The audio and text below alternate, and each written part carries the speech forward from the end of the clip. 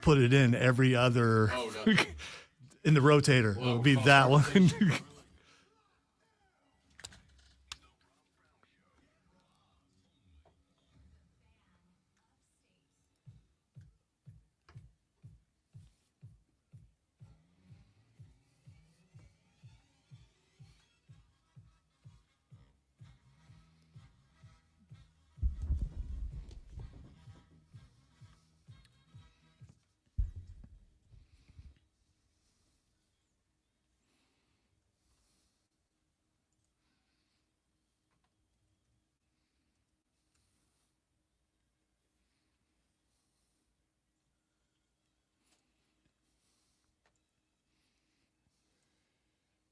Yeah, baby, let's get to it.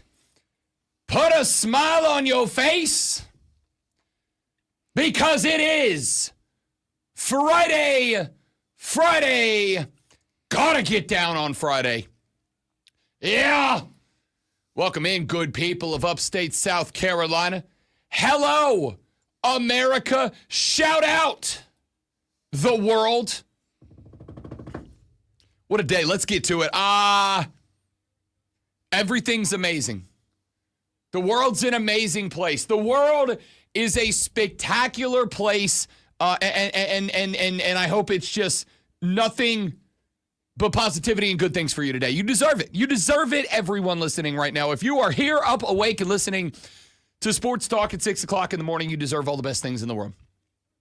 And if you like me last night, sat in your football watching chair of choice, if you, like me last night, were reminded that A, football is amazing, and B, also what a fickle mistress she can be, I got to tell you, I think that if I was Anthony Richardson, I would hate everyone and everything this morning. I was trying to make my pinky go at that angle. Yeah, you can. I mean, you could, but it would probably take getting sacked by a 240-pound edge rusher who, I don't know, maybe block a guy. Yeah, maybe block a guy. That's like the cleanest sack you're ever going to see. Yeah, I mean, that is, and as long as I've been watching football, if I was... There it is. Okay, yeah. The receiver ran right by 90. Didn't even chip him. The tackle tight end, I'm not sure if they were tight end heavy on that side or not. The tackle tight end on that side, whoever was the exterior blocker, blocks back to the inside. I don't know if it was the running back or the receiver. I got to tell you, it looked like a receiver number. Yeah, because they just showed it, and he walked, within an inch of 90. He could have chipped him, and it might have saved his quarterback. I don't think, and I like some X's and O's. I try not to get too terribly deep into the X's and O's on the radio because I know that the overwhelming majority of football people don't necessarily care about the X's and O's so much as the scores, the storylines, whatever. But I don't think you have to be an X's and O's wizard to know that the breakdown of that play, when Scott Steichen and the Colts get into the office this morning and start watching tape from preseason game numero uno, I don't know that you're going to have to be a wizard to know that the breakdown, the diagnoses of that play. I'm watching it right now. So they're going tight end on the right side, edge rusher over at the linebacker spot, and the defensive end lined up in a 9 technique, which means he's way out wide, right? 9 technique is full body outside of the tight end, and usually you're angled in, right? Like you have given yourself, your nose, your body is pointed at where the quarterback will be at the conclusion of the drop back. And a 9 technique on a rush like that is designed to do a couple of things. Number one, if a running back crosses your face to get to the outside, running a wheel route, running a flat route, whatever, you can hit that guy because you're on his angle. You're on his path. You can hit that guy, disrupt the emergency option of the quarterback. Or number two, if nobody crosses your face, then you are in a place where you are going to be the fastest possible person to get from where you start to where the quarterback is going to end the drop back. A 9 technique is purely, we think you're throwing the football here, and we want to disrupt it. Either by taking away the edge of the flat guy, your dump out, your emergency spot, by chipping him or hitting him or demanding, as should have happened on this play, demanding that he picks me up as a blocker. Hey, man, you want to know how football works or not? So this guy, not you specifically, I'm saying that smartastically. I was going to say, receiver, chip the guy, the defender, you save your quarterback. That's really what it comes down to. You went right past him. You saw him there. There's no way you didn't see him. That dude is huge. It's on the receiver for not chipping that. Would he have stopped the sack? Maybe not, but he would have at least slowed the guy down a little. In a spot like that, obviously, everybody's sitting on an assignment. Usually a running back or a wing back in that spot. And I believe he was lined up in the running back spot there.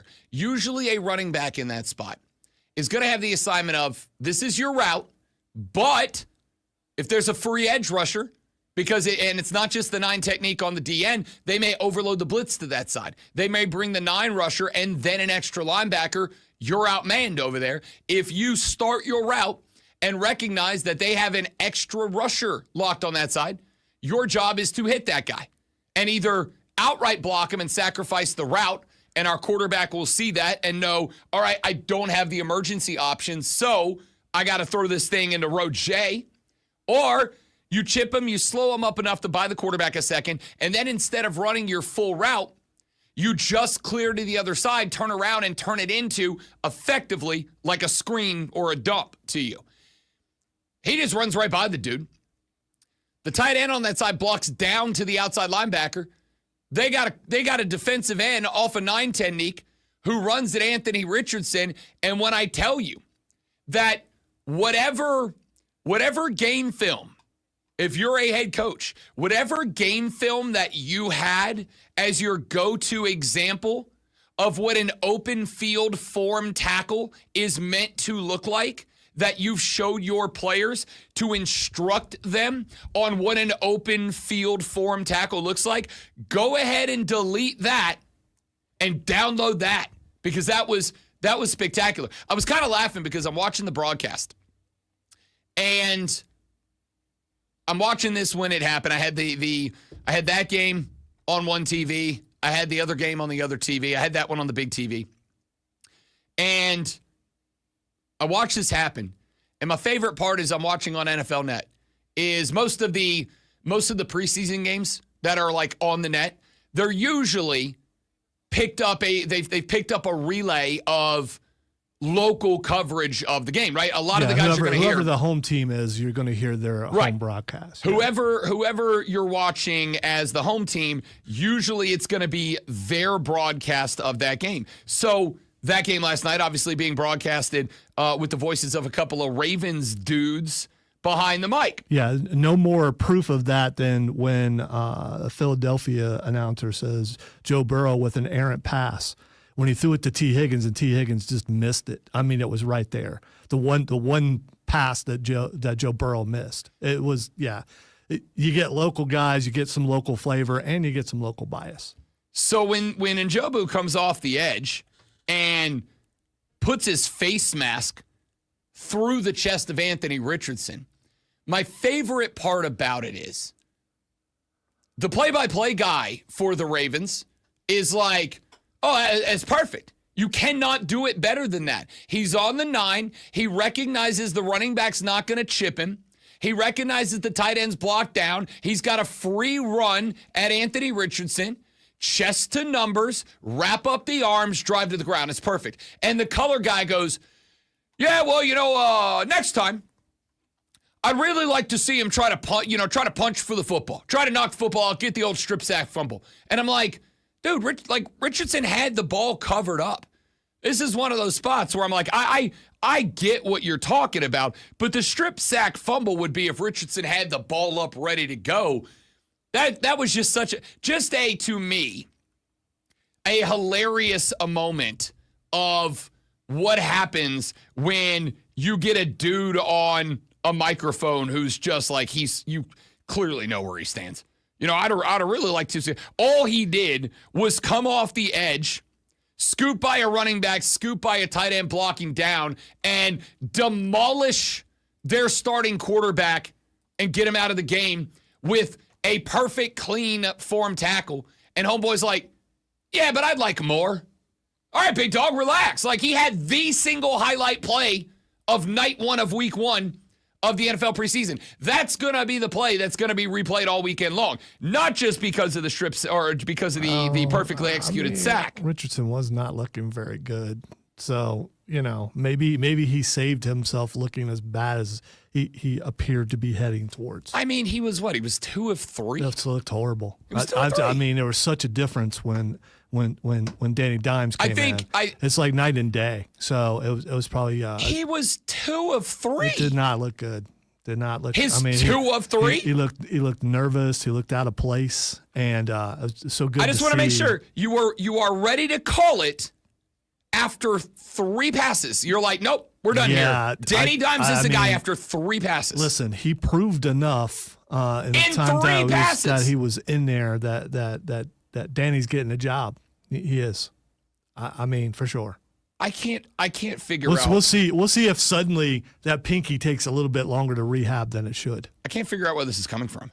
Because I genuinely cannot imagine a world. Richardson's not a good quarterback. That's where it's coming from. He wasn't when he was. I mean, and he's injury prone. He threw 3 passes. Is he not injury prone? Let me finish. He threw 3 passes. If you want to call him that. Let me finish. He threw 3 passes, and an unblocked 245-pound NFL defensive end hit him like a Mack truck through no fault of his own. Like that. What do you want? Maybe what do you want? Maybe the team doesn't respect him like. By the way, maybe they should have blocked. I'm not saying he let that guy go by. Yeah, maybe they should have blocked. Yeah, they should have. But my point is, it wouldn't have mattered. I mean, the way he was playing, he threw 3 passes. It was not. Lonzo, we are 12 minutes into the show. Is it fair for me to go, you suck today, bud? Why don't you head back to the office? You suck today. I'm sure you think that all the time. So I never think that about you, though. I always believe Don't that you try to make me look like a super villain here. Even when you're in a bad mood, what do I do during the breaks? It's okay, man. You got this. It's not as bad as you think it is. You can't say that I don't do that. So, like me, every time Lonzo makes a mistake, you guys should. I take us off the stream. I get side-eyed. I cuss him out as if I am like a sailor in the World War II Army. Navy, because that's where sailors are. If looks could be translated into words, you do that all the time. So trust me. I know, I'm on the receiving end of it. So yeah, I mean, I think you can tell within a few plays how bad someone's going to be, and he was not looking good. Danny came in, he took over the offense. It looked much better than what it was under him, and I don't want to see anyone get hurt, but he probably wasn't going to play that much longer anyway with as bad as he was playing. I am really optimistic that my bosses now, and if I ever end up anywhere else in the future, my bosses in the future have more patience than Lonzo does. The guy threw 3 passes. It's not the first time he's been on the field. Plays. He's not a rookie. He is not a rookie. There's a reason why he's fighting for his job. Correct. And as I pointed out yesterday, the number 1 wide receiver last year for them had a broken freaking back.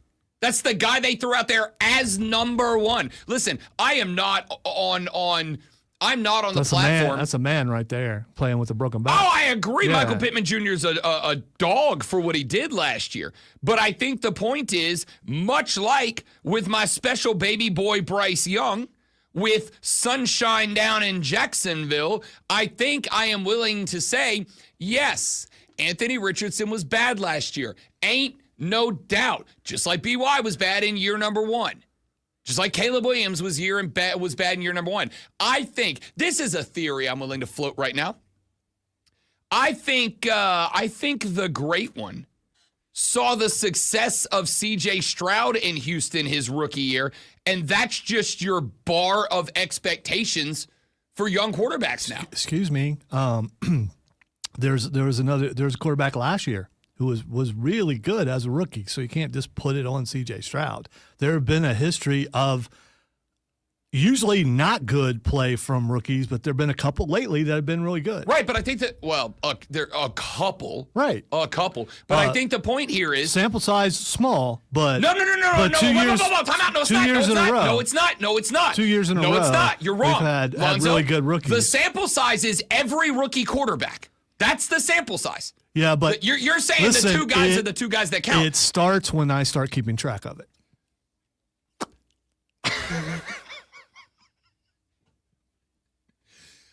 Lonzo just took the chart of rookies and then Sharpied one section of it. He hit him with the old Sharpie on the end of it there. I like that. That's, a lot of people I like do that. So, yeah, that's it. No, not a lot of people do it. Sample size is real small.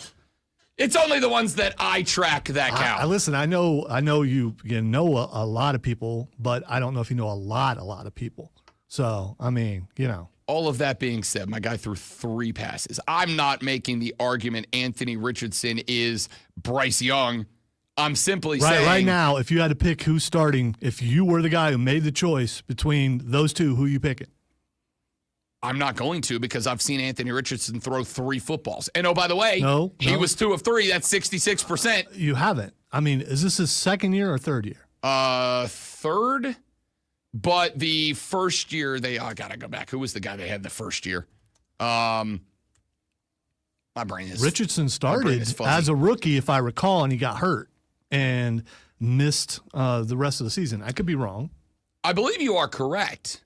But again, the point to this for me, he entered the league in 2023, threw his first touchdown pass to Michael Pittman Jr., ran for a touchdown. Also got picked off in that game against the Houston Texans, by the way. Was declared out in week 3 due to a concussion sustained in week number 2. In the next week, all he did was return against the Rams, record 2 passing touchdowns and a rushing touchdown, erase a 23-point deficit, and lose in overtime 29-23. His rushing touchdown of the game marked the first time in NFL history that a rookie quarterback scored a rushing touchdown in each of his first 3 starts. But hey, guys, he looked real bad in 3 passes yesterday. When does he get hurt and is out? I thought for sure that happened soon after that. I am looking for that right now. After 2 losses behind Joe Flacco, the Colts announced that Richardson would be the starter for the remainder of the season. No, that was not last year. That was I got to go look it back up. I actually think he finished 2023. I'll look it up. It doesn't matter. I think he's had an injury every year. I don't know that makes you injury prone, but I guess it's a matter of opinion. I'll tell you right now. If I got tight ends and running backs who either are blowing assignments or a play call that has the end result of, nobody block an edge rusher and just let him run like a dump truck over our quarterback, I don't think Ben Roethlisberger is getting out of that one unscathed last night. Here's the risk you run as a GM. Full season. Shane Steichen gets a full season with Anthony Richardson. The Colts get a full season with Anthony Richardson. And because of 3 passes and being hit by a freight train of a human being that was unblocked, you risk putting a guy on the bench who might actually be better this year. In return for Danny Dimes. Is that the move? I wouldn't make it. By the way, it doesn't matter who they start. I think the Colts are going to be bad. I do agree with that, too. All right, let's take a break. We got a lot of NFL to break down from yesterday, including Joey the Fossil Lover Burrow, who looked like an absolute maniac last night. I don't know what to tell you. The Bengals are going to score 100 points a game, and they might go 8-9. We'll talk about them. We'll talk about some of the games tonight, over the weekend, talk some Panthers, Rashad Beard at 8:40. Gonna be busy. Don't go anywhere. Rob Lonzo and you, the Rob Brown Show's on your radio. It's the Fan Upstate, y'all. Why did I say it that way? It's the Fan Upstate, y'all. I thought it was special.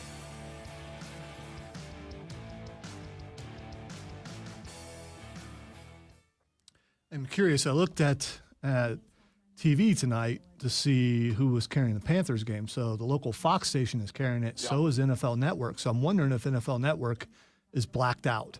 And if so, what do they put in its place? If NFL Networks, if it's listed as NFL Network, it'll be on the network. You'll just have it doubled up. If you have, like at my house, my YouTube TV for whatever reason doesn't give me the Fox Charlotte channel, so like I'll have to watch it on the net.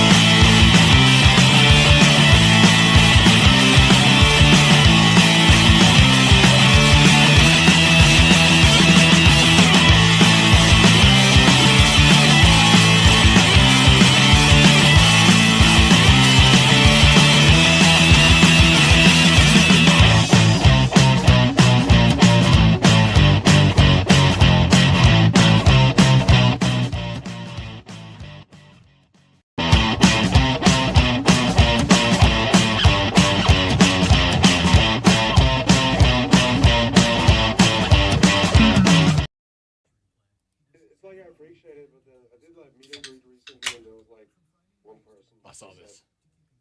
Drove like 9 hours or something to a meet and greet. And I said to her, I was like, appreciate it, but never do it again. Like, do something like great. Do something with your time that actually benefits you. It's like a waste of time for me. And I felt like she looked a bit sad, but I felt like it's the only responsible thing to say at this point. Like I don't know, I feel like if my kid would drive somewhere to see that person, I wish the same message would be translated. Absolutely. It's like I appreciate. I'm going to be honest with you. I'm really conflicted how to feel about that because I'm like, the rational side of me, I'm like, he's absolutely right. That's insanity. That's insane. I don't drive 9 hours to see my mother. That's insane. On the flip side, like, do you imagine driving 9 hours to go meet your hero and then they're like, yeah, you're dumb. Also, that's perfectly. I was going to say, if my hero was Gunther, yes, I would expect that. He sat right there. I mean, he is who he is. He goes through those media washes like that, and he's like, I can't believe we're doing this. Well, you know, at first he wasn't being him. We had to get the him out of him. But I think you said that we were like the first one he ever did. So, I mean, you know, he had to feel it out.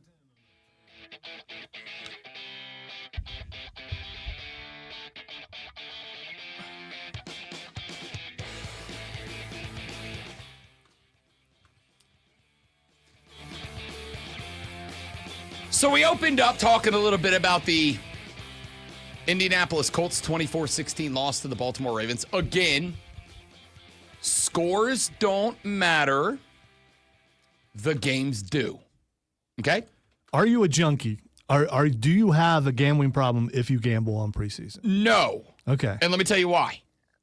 Because, and I obviously did not log any bets last night, but there were bets to be logged last night. For instance, you ready for an easy layup of a bet?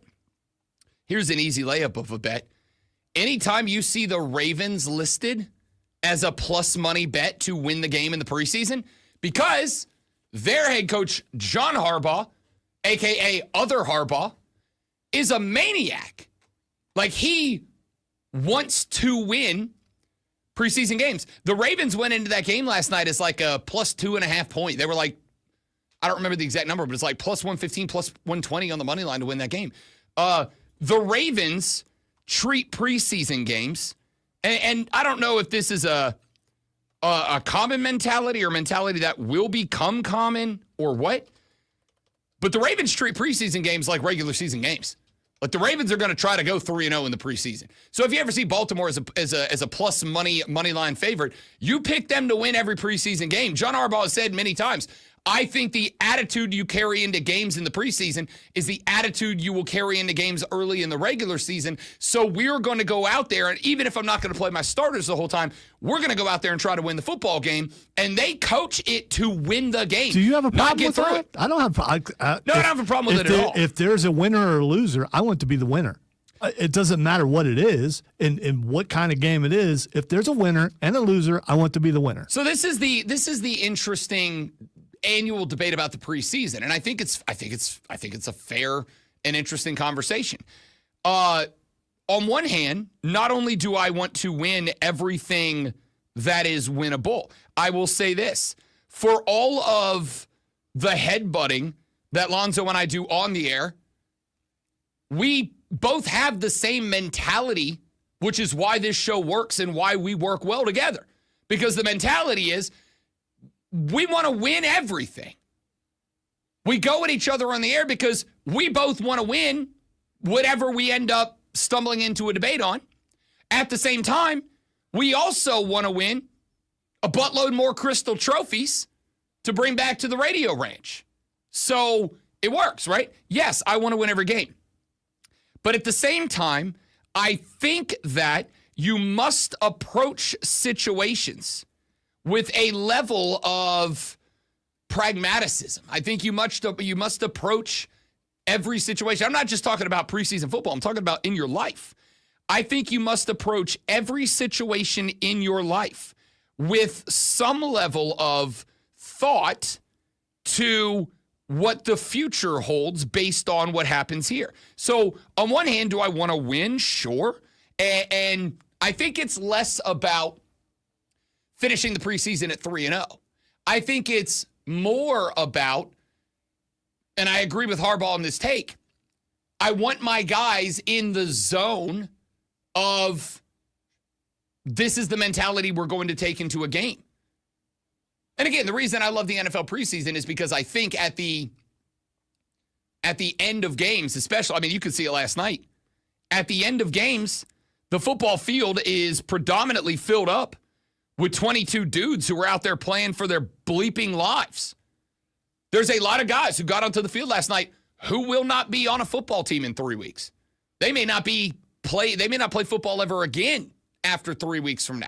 And so that mentality's there at the end of the game, but especially if I'm going to play my starters, yeah, I want them to go ahead and get used to having the mentality of when we put spikes into the gridiron, your brain should be telling you to go be a killer. And if I can get you used to that thought process now, then it's going to be less of a challenge in 4 weeks when the regular season kicks off. It is going to be less of a challenge for me to get you into that mentality. So I appreciate that and respect that. But I also do have to, I think, I also do have to approach it with some level of, if I keep Joe Burrow out there because I want to win the preseason game, if I keep Lamar Jackson out there because I want to win the preseason game, if I keep the boys out there so that I can build up a 21-point lead, and there's sometimes there's justification for that. Maybe I got my second unit out there playing defense in the third quarter, and I build them a 14-point lead. I want them in the mentality of, this is how we're going to play defense to protect the lead, right? Like, there's situational reasons that you might do all this. But what I can't have, what I don't want to have, is a situation where I send out the first teamers, a situation where I've got, whoever out there catching passes. And again, the Ravens, I don't think the Ravens used starters at all last night. I think they were all 2-unit from the beginning. But I think you have to be to some degree pragmatic because I do not want to send my starters out there, exhaust them, and potentially get them injured because I'm trying to win a game that at the end of the day, whether you want to win or not as a coach is irrelevant. What do you mean exhaust them? Do you mean go out and do their job? I mean, I get that if you decide you don't want to play your starters because they're your starters and you know that they're not going to gain anything out of playing other than getting some game conditioning. But I don't understand what you don't understand how getting tired works. I don't get. I feel like you do. You're getting tired comment. I don't. You don't. I mean, know. Lonzo, you played football. Yes, I know that did. for a fact. Yes, I did. Did you not wake up after some games the next morning and go, "Son of a biscuit, I'm hurting today"? I don't believe I've ever said "son of a biscuit," and after thinking, it's more like. Okay, but yes, that. So that, except for lined up across from you, is not an 11th grader from Smithton High School. It's Max oddly, Crosby. Oddly specific. I don't know. What if is that a high school that you played against? No, Smithton? I just said some syllables there. What I'm saying is you may who cares if they're tired? That's their job, and you got to get in game condition. That's one of the reasons why preseason's there, is so you can go out and see how the team is gelling against another team and see what the conditioning is like. Because if you're out there for a series and you're blown up, then there's a problem. I'm not disagreeing. I don't think I'm talking about fatigue from the standpoint of having to suck gas out of an oxygen tank on the sideline. I'm talking about fatigue of, God, I just got hit by an NFL defensive tackle 60 times in a game. That it's going to stack up. That is why injuries continue that's why injury frequency continues to go up week by week in the NFL season. Wear and tear is a real thing. So that's kind of the point that I'm making is this is what a lot of coaches in the preseason, this is why every coach has a different mentality about who is going to play when, how much, against whom, whatever, right? Like if I'm John Harbaugh and I'm going to get Lamar some snaps, I want him to have some time, I'll keep it a buck. They're on the road at Dallas in 8 days in the next one. How much and where Lamar Jackson plays in that game may also largely be predicated by, is Micah Parsons playing? And if he is, how long?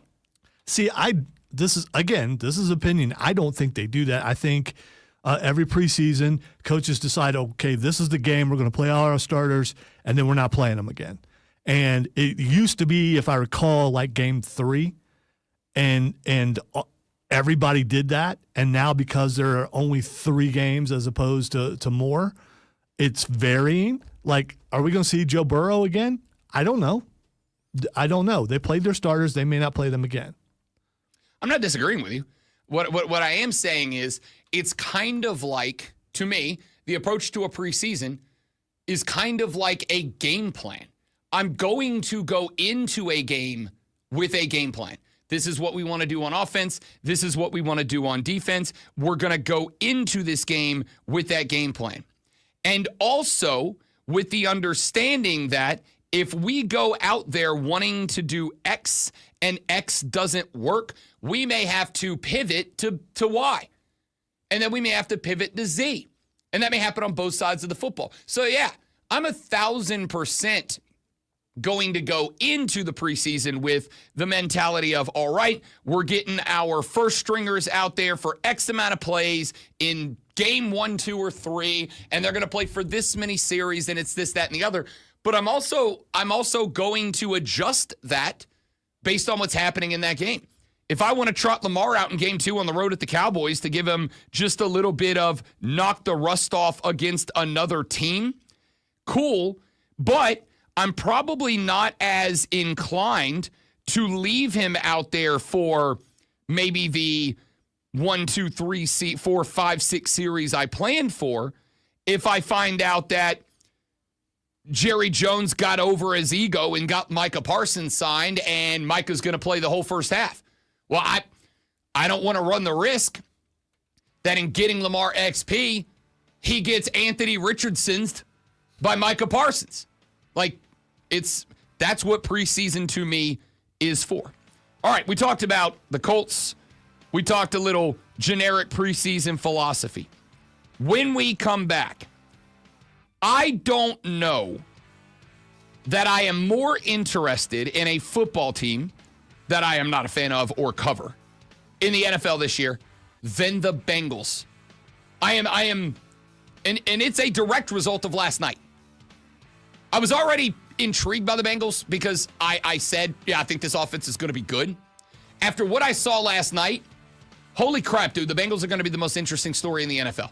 And we'll talk about why when we come back. Plus, we got some other stories from last night's preseason game. Numero uno will set up, night numero uno will set up tonight, this afternoon, Carolina Panthers included. We'll get ready for Saturday and Sunday's NFL preseason games. And we got some college football. Dabo was big mad yesterday, you guys. And I'll tell you why. Play the audio, react to that. All that more coming up on The Rob Brown Show and the Fan Upstate.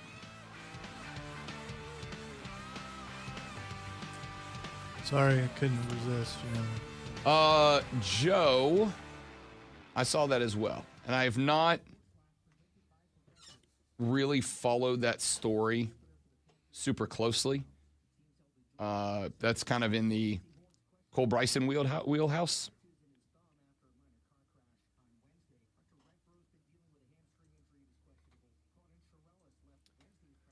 Morning, Mike. Welcome in, buddy. Zach said one series last game. Nothing more, nothing less.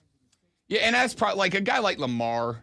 That's probably the plan. The plan is probably I'm going to throw him in there just long enough to take 4, 5, 6 snaps, throw a pass or two. Lamar doesn't have anything to prove in the preseason. And especially if you're in a spot where, you know, we know Lamar's the guy, but we need to figure out who QB2 is going to be. I want more snaps for QBs 2 and 3 so they can battle it out. It's a different strategy for everybody and for different reasons. I will also point out it was very interesting last night that the Ravens ran the ball 42 times. I was going to say, and threw it 16. Did you notice that people? It seems like they finally get the kickoff, and also special teams yesterday on a couple of the games I watched were exciting. Yeah. You got run backs and things. I mean, stuff you don't see very often in the regular season. And I get it, you know, second, third strings. You got people meshed in that don't normally play together. But it's still watching a guy run it all the way back for a touchdown, even if it is preseason, is awesome.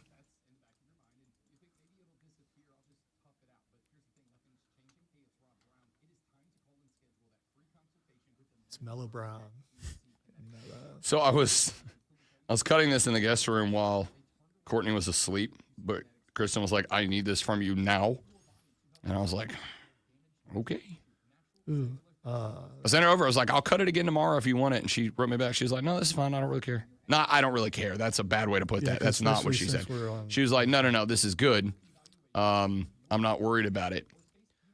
Okay. So Dov Kleiman tweeted out the age of every starting NFL quarterback. I saw that last night. That's interesting. Yeah. The youngest is 22. Which is McCarthy. Yep. Trying to find, well, you know, Flacco's the oldest. No, actually, Aaron Rodgers is the oldest. I just now realize they're in numerical order. I'm so special.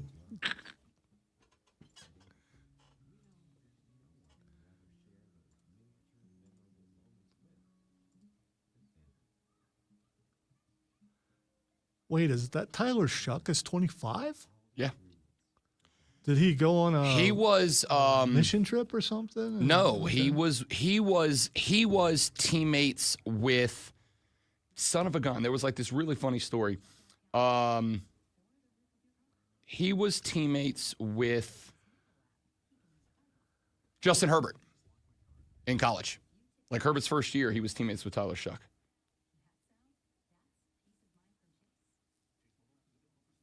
Thought Russell Wilson was older than 36. Sorry, WWE fan, Russell Wilson. He looked like he was having a good time at SummerSlam. Oh, for sure.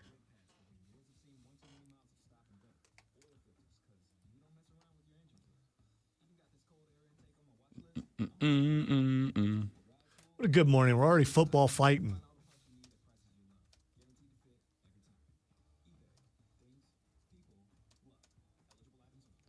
The Undertaker says it's disheartening to see talent filming TikToks backstage instead of watching matches. Okay, Grandpa. Yeah, that's kind of, I don't know if he is yet, but he's got to be, the possibility's got to be there.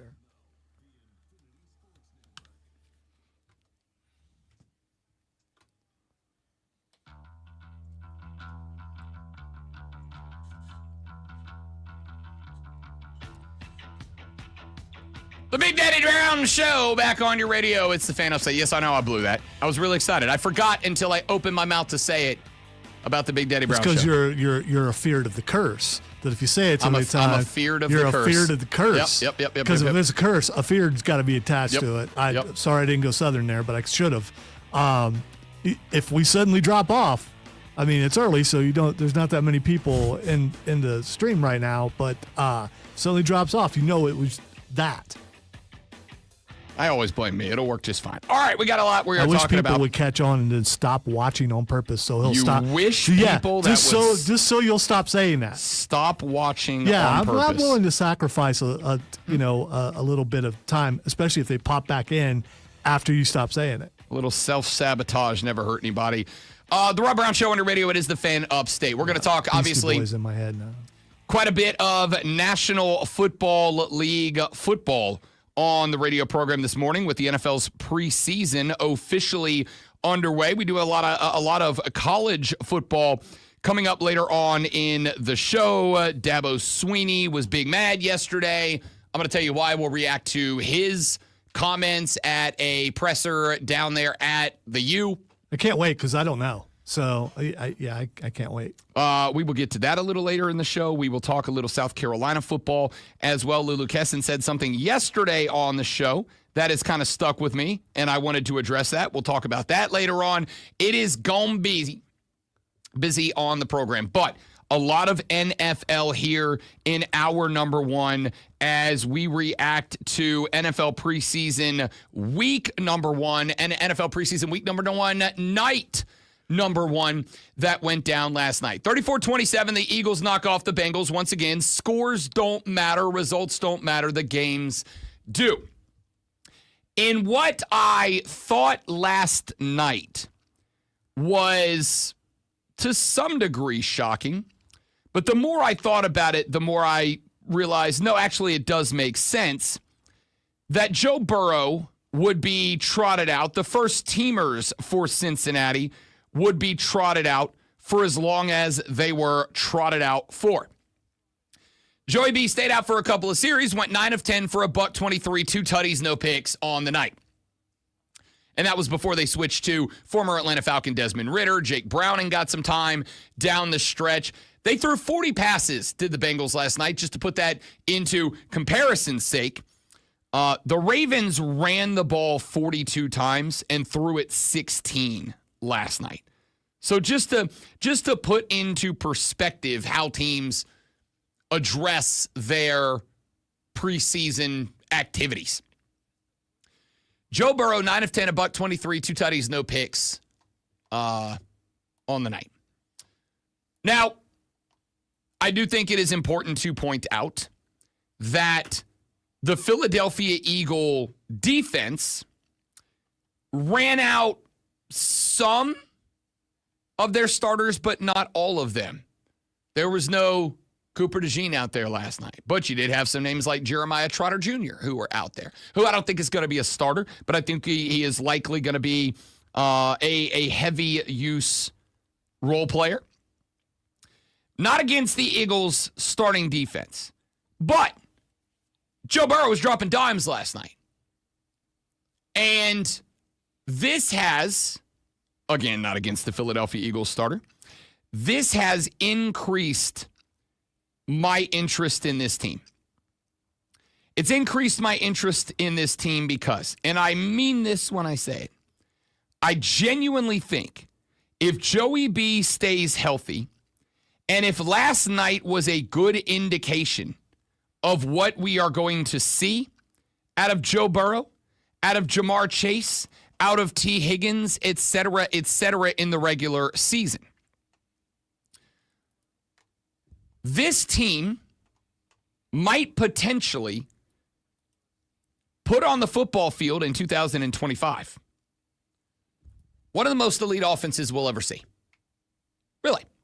They might throw out there one of the most elite offenses we see in a long time. I am talking about great.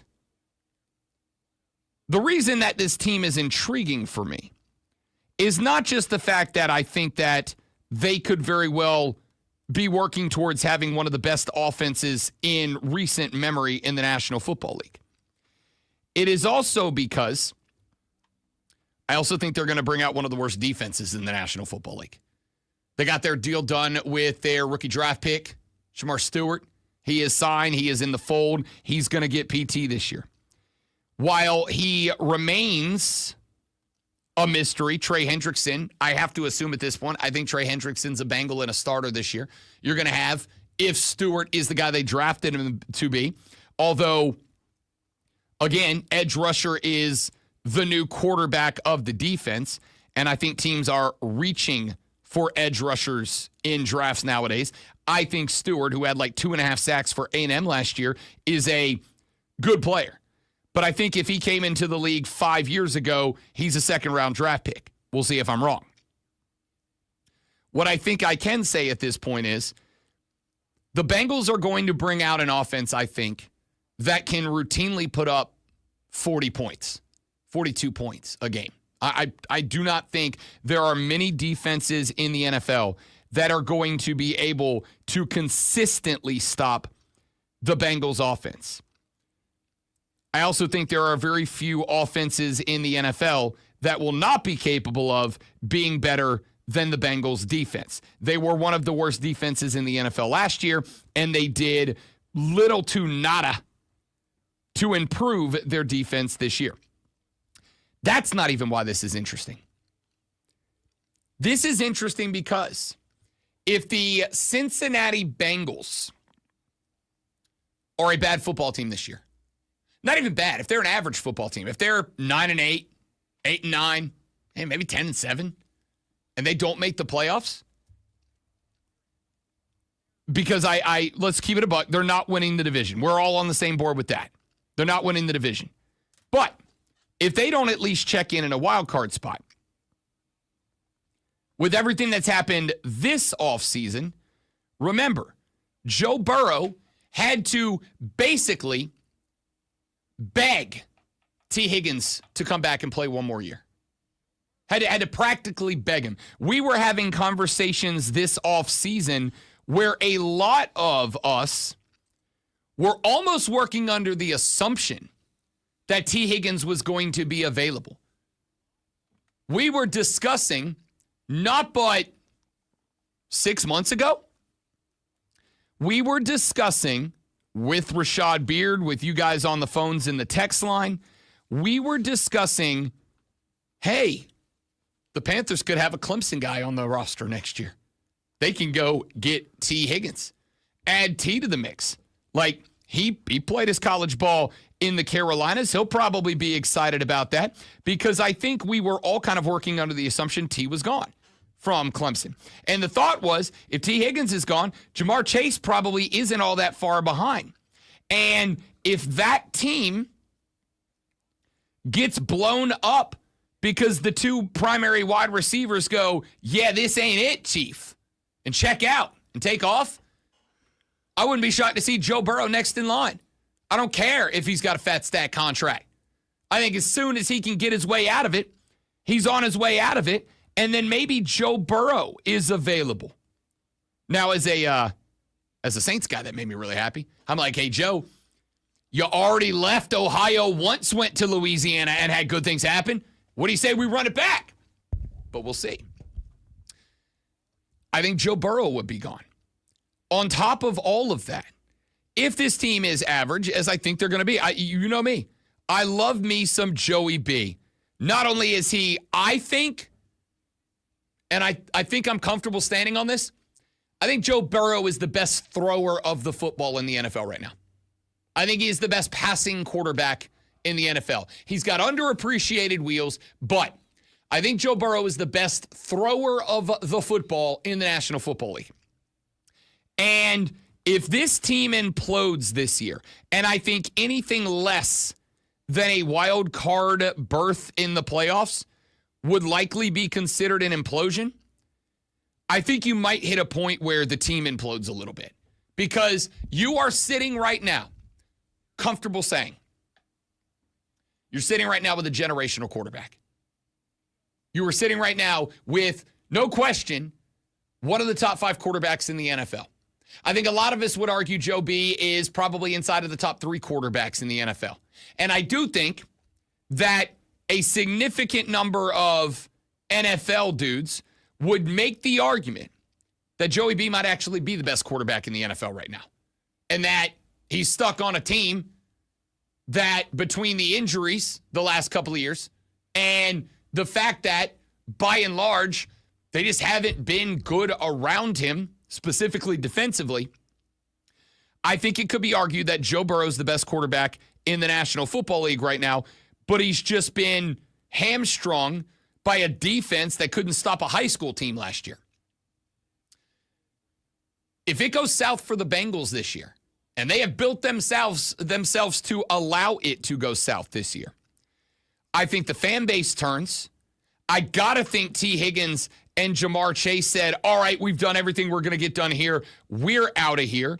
If Higgins and Chase won out, I think you would start to see a lot of the other guys who are free agents say, well, if those boys are gone, we ain't got a shot. We went out too. I think you could see the exodus, and I think the exodus ultimately ends with Joe Burrow getting himself forced up out of Cincinnati and becoming a free agent and ending up somewhere else playing for somebody else as the highest paid quarterback in the NFL. And the Bengals would, I think at that point, really have nobody to blame but themselves. I think it would have to be addressed by ownership and management that's entirely on y'all. This wasn't a matter of we set everything up and we had a bad coach. This wouldn't be a reality of we built a great roster on paper, but there was no chemistry. This 100% would be. Sometimes, and I'm not going to Pittsburgh Pirates, say this specifically about any other team in any sport, but sometimes ownership looks and they say, we have a generational guy. He's selling jerseys. He's selling seats. He's selling merch. He's getting eyeballs on our team, and we're making money. Cool, we're good. We're good. They back it up. I laughed yesterday because I came across an op-ed from some guy in Pittsburgh where Paul Skeens is currently pitching for the Pittsburgh Pirates. Paul Skeens should be at the top of every conversation about great pitchers in Major League Baseball right now. Paul Skeens might be the best pitcher in baseball right now. And just in case you don't believe me, Paul Skeens right now has the best ERA in Major League Baseball, a 1.94. That's unheard of. Paul Skeens has 162 strikeouts. That is tied for 5th in Major League Baseball. He's a top 5 strikeout pitcher. And Paul Skeens has a whip of .93. That is the 4th best in baseball.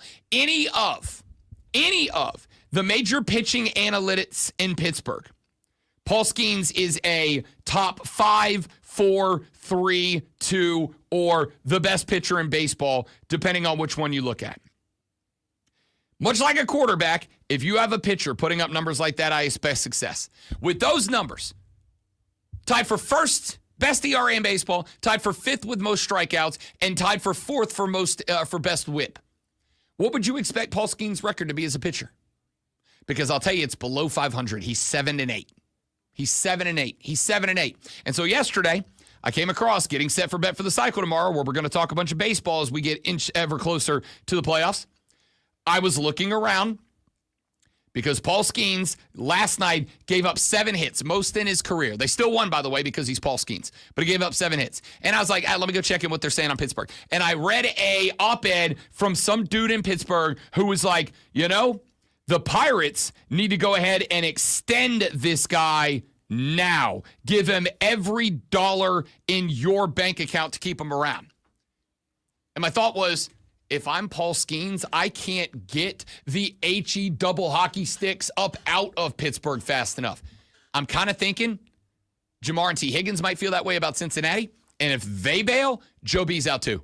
And if Joe B's out too, not only did the Bengals have no one to kick in the groin but themselves for it, but good gosh, is that going to be like early 90s Bills levels of catastrophic failure if they take that guy and those receivers and win nothing with him. We're going to talk a bunch of college football. We'll get your water cooler cheat sheet up next. Top 3 sports stories we need to know. We're going to talk some college ball. We'll switch back to the NFL in hour 3 with Rashad Beard. All that after Lonzo. And I'm going to give him more than 3 passes worth of sports flash before I judge this sports flash.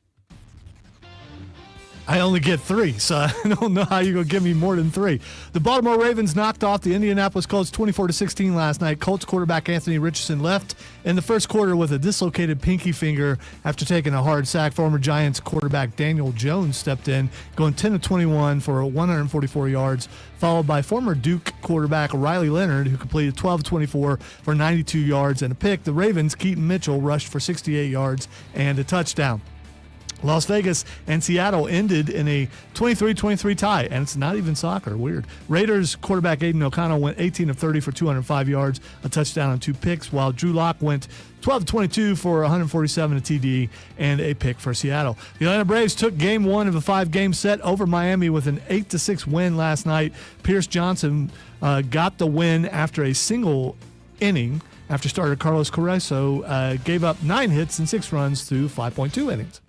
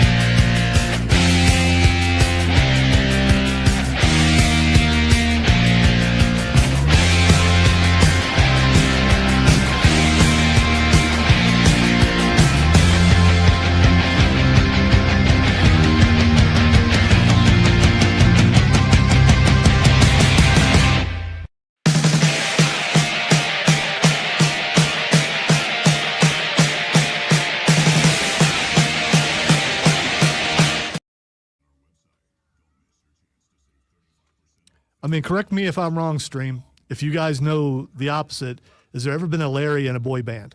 Because I don't think there has been. There are certain names that just could not be, they would have to change the name.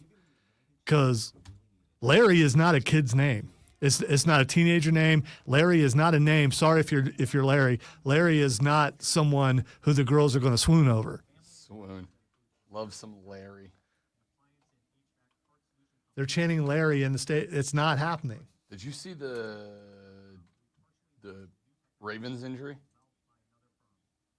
Oh, I didn't watch it because the leg. Yeah, I can't. after breaking my leg, I cannot watch those kind of it things. was Yeah. gruesome. It was gnarly. I was watching that one too, and the Ravens guy, like this is, I don't know how this slips, but like it was very obvious on television right when it happened. You could, like, it was that way. And the guy from the Ravens is like, and he's down, looks like he's in a little bit of pain. I'm like, a little bit of pain? His knee's 90 degrees to the right. Yeah, I'd say so, boss. And he's like, well, we'll see if we can figure out what went wrong on this play. And I'm like, his helmet's facing the goal line and the bottom of his cleats facing the crowd. That's what's wrong. Maybe if he said he's not feeling any pain right now because he's in shock. No, the guy had no idea what was Yeah. going on. And it's like, I get it. You're probably looking at the monitor, but like, bro.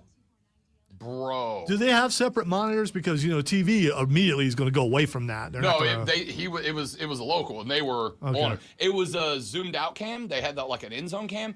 But even looking at that, you could look and see like his leg is facing the wrong way.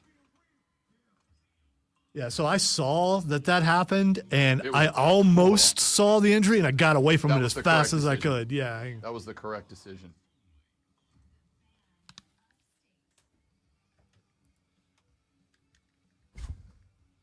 Can you dig it? The Rob Brown Show on your radio. It's the fan of state, Rob Brown, the great one, Lonzo, and you. Be a part of the show. Hub City Spartanburger text line's open for you. 844-326-3663. You can text that number. We will read it on the air. Texter said, do you think Dalton plays a lot of snaps for the Panthers after Bryce Young comes out or more Plummer? We'll talk about that a little bit later on in the show. Both addressing that betwixt us and with Rashad Beard at 8:40 a.m. when he joins us to talk a little Panther football. Texter said the Bengals did bring back the same DC from their Super Bowl team a few years ago. That's got to be worth something. Again, you put Dale Earnhardt in a Corolla, he's not winning the Daytona 500. You've got to have the equipment. And the Bengals don't have the equipment on defense. Here's the thing. They don't have to be spectacular. They just need to be at least mediocre, and they'll win more games. Again, I think so too, because I think this offense, I've already said once, I'll say again, I think this offense could theoretically end up being one of the most elite offenses in modern-day National Football League football. I saw a change for Kansas City when they got their defense up to mediocre. It's really good now, but it was not that good for a while. They got it up to mediocre. The offense was already there, and the offense took off. It's the same as Cincinnati. I mean, they're scoring all kinds of points. They can get it up to mediocre. I'm not saying they're going to win their division, but they're going to be right there. Not disagreeing with you. Just saying they were not anywhere close to mediocre last year. And do we know how many defensive starters were playing for Cincinnati last night? Because I don't know. I do not think they ran a ton out there. I'm not worried about last night. Like, last night isn't an indicator of what they're going to be in week one. I'm just worried about the fact that they were a bad defense last year, and they added a 2.5 sack producer from Texas A&M in the draft.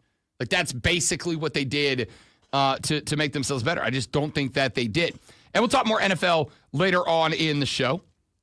We got Rashad Beard again coming up in about an hour and 40 minutes from right now to talk about the Panthers preseason game today. We'll talk about your team's preseason game and what you should expect out of the preseason coming up later on in the show. Doesn't matter who your team is. Let us know you're listening, and we'll talk a little bit about it. We're going to talk some college football in this hour of the radio program, and then whatever else y'all want to get to, because it's Friday. Friday, got to get down on Friday, and you're calling the shots for us today, because I don't want to. I just want to go home, take a nap, and then watch football and host BetMGM tonight. But that's while I'm, again, watching football. So, yada, yada, yada. That's where we're at. That's what we got going on. So, you have 55 minutes and 45 seconds until you've got to be at work. And then, once you get done with work, you only got like an hour after that before it's time to watch a little more football. We got a bunch of games going on tonight. A bunch of games. We've got, 4 games tonight? We got 4 games tonight. 3 games tonight. Detroit at Atlanta at 7, Cleveland at Carolina at 7, Washington at New England 7:30. And then, we got a bunch of games tomorrow. We're back at it at 1 o'clock tomorrow. Giants, Buffalo at 1, Houston. I'm not going to give you the schedule. You know the schedule. And if you don't, go find it. A lot of games. I think we got 8 games tomorrow And then we wrap it up with a pair of games on Sunday. Dolphins, Bears 1, Saints, Chargers 4. But once you get to work in 55 minutes on the dot, you got to put in a handful of hours, and then you're going to be done, and you're going to go home. And by the time you get home this afternoon, you're going to have less than 2 hours until NFL football. So I just got to get you through those 8 hours. And we're going to help you because you're going to take a break. You're going to talk sports to kill some time.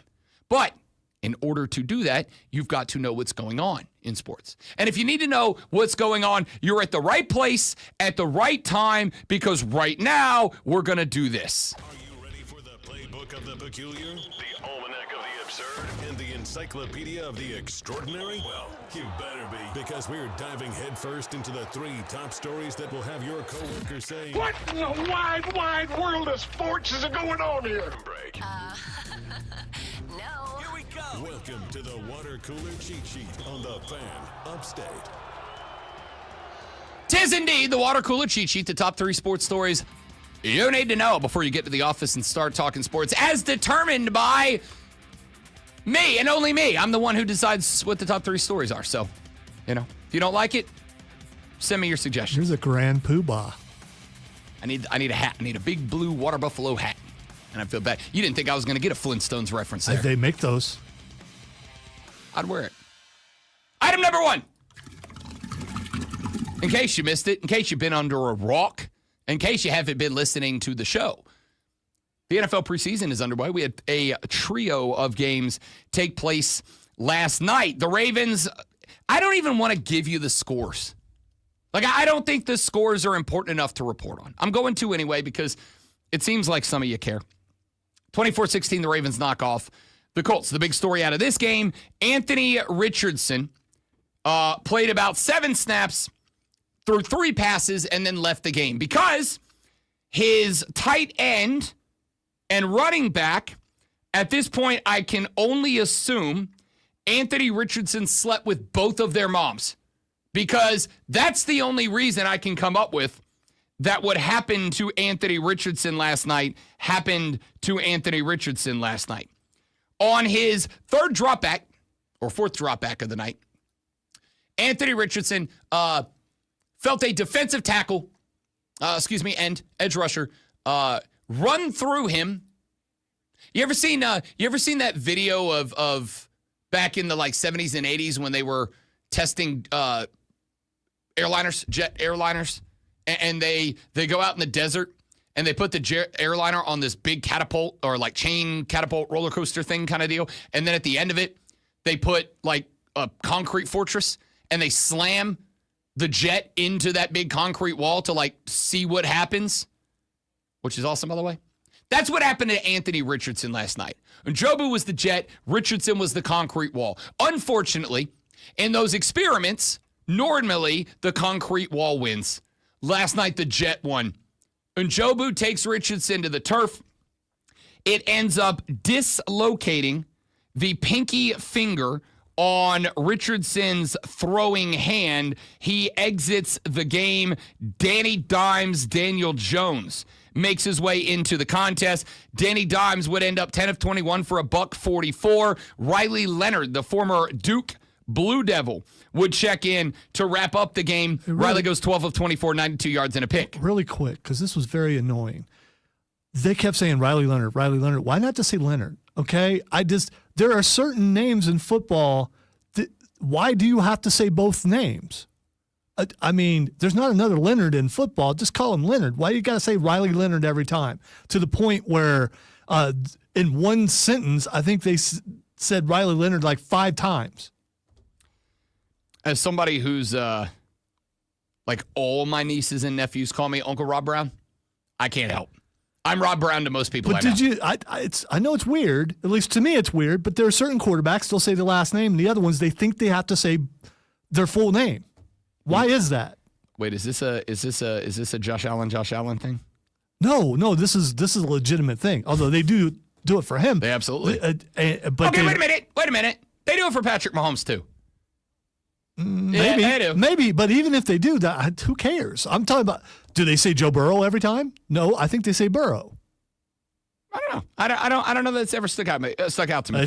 Riley Leonard stuck out to me because I heard it so many times. It's okay, dude, we get it. But it also may not stick out to me because I He have was one not of those very names, good and I'm either, one of so- those dudes. Okay. Not very good. It's 12 of 24, 92 and a pick in his very first time on an NFL football field. Like, You're out there I think against guys who ain't going to make the team. Show I me think more. your expectations for rookie quarterbacks are set too high. I think you expect every rookie to be Patrick Mahomes. If they're going to say your Maybe it's full just your name, expectations of quarterbacks in general. if they're going to say your full name, that means it's more significant, which means they believe you're going to be better. If they say your full name, then you've got to be better than what he was. I'm gonna let you hang on to that one. You need to ruminate. I'll let you hang on to that one. Riley Leonard does step in, go 12 of 24 for 92 yards. Over on the other side, Devin Leary got the start for Baltimore. Now, if you want to beat up on a quarterback, former NC Stater Devin Leary went 3 of 12 for 43 yards and a pick. You want to beat up on a new guy? There's your new guy to beat up on. Never heard of him before. Yeah. I mean, At least I haven't really heard of him before. NC Stater from Yeah, I don't think we talked about him a lot. from the Wolf Pack. I don't think we talked about him a lot. They also saw Cooper Rush, the former Don't turn Dallas your back on Cowboys the player, Wolfpack. check in. He went 2 of 4 for 16 and a pick as well. Indianapolis ran the ball 28 times, threw it 48. They did not have a ton of offensive starters out there, just a couple getting a few snaps in.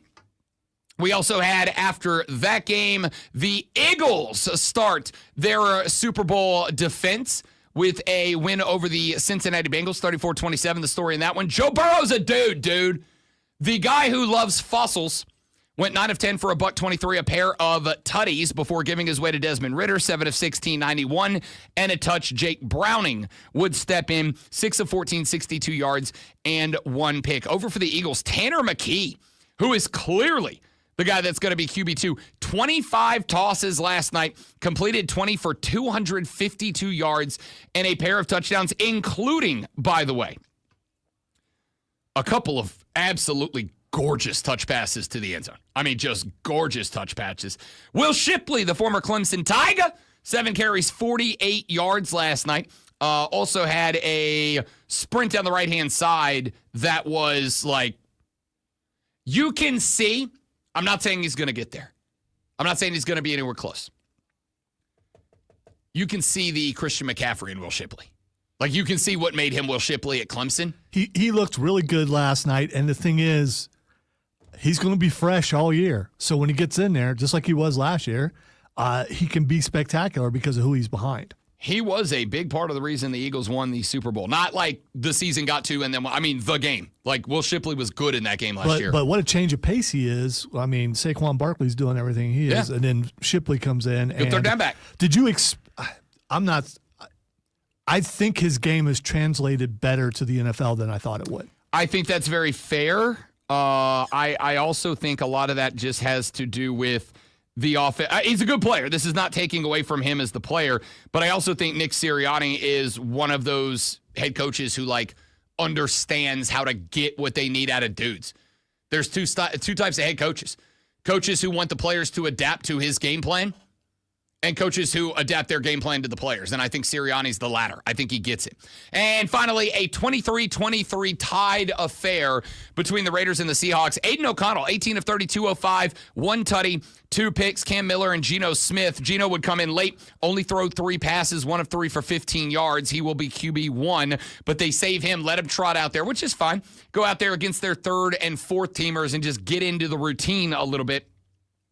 Drew Lock, Jalen Milroe, the draft pick out of Alabama, were the 2 guys who got the nod to get some passes thrown for the Seattle Seahawks last night. Lock, 12 of 22, a $147, a tutty, and a pick. Jalen Milroe, 6 of 10, 61 yards. No touchdowns, no INTs for him. There's your NFL Week 1 results from last night. We'll set you up with tonight's 3 games, including Cleveland at Carolina at 7 p.m. and Sunday's games later on in the show. But let's get to item number 2. I heard it, but I feel like I'm in the wrong breaker because it sounded like it was down the hallway. Yeah, I need to bring that into the room. My bad. There it is. Thank you. Alyssa Thomas is a player for the Phoenix Mercury last night. Alyssa Thomas is also now a player who has her name inscribed in the WNBA history books because last night, Alyssa Thomas became the first WNBA player to record 3 consecutive triple-doubles. 18, 11, and 10 last night in a 95-60 win over the Caitlin Clarkless Indiana Fever. It was the 19th career triple-double for Alyssa Thomas. To put that into perspective, she has 19. No other WNBA player has more than 4 at this point in WNBA history. The 35-point win was the Mercury's 3rd largest margin of victory in franchise history. They are also now 19 and 11, which matches their win total from last year when they ended 19 of 21. It was the 9th consecutive game sans Caitlin Clark for the Fever. Sophie Cunningham had 18 on 5 of 8 from behind the arc. Kelsey Mitchell added a dozen for the Fever, but it was all about Alyssa Thomas. Alyssa Thomas and Asia Wilson are like, they're dogs, dog. They're dogs. They're dudes. I love it. I love it. All right, let's get to very rapidly item number 3.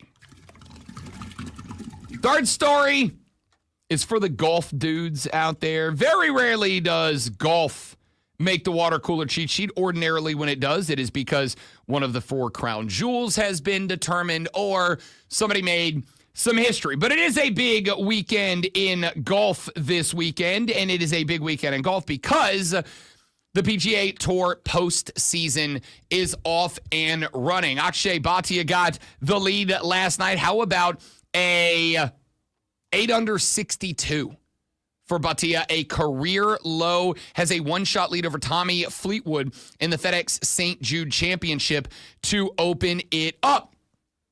Here's the impressive part. Scottie Scheffler made bogey on the final hole for a 67th, his 10th straight round in the 60s. And he's 5 off the lead after one day. Now, granted, he's Scottie Scheffler, so, I ain't worried about it.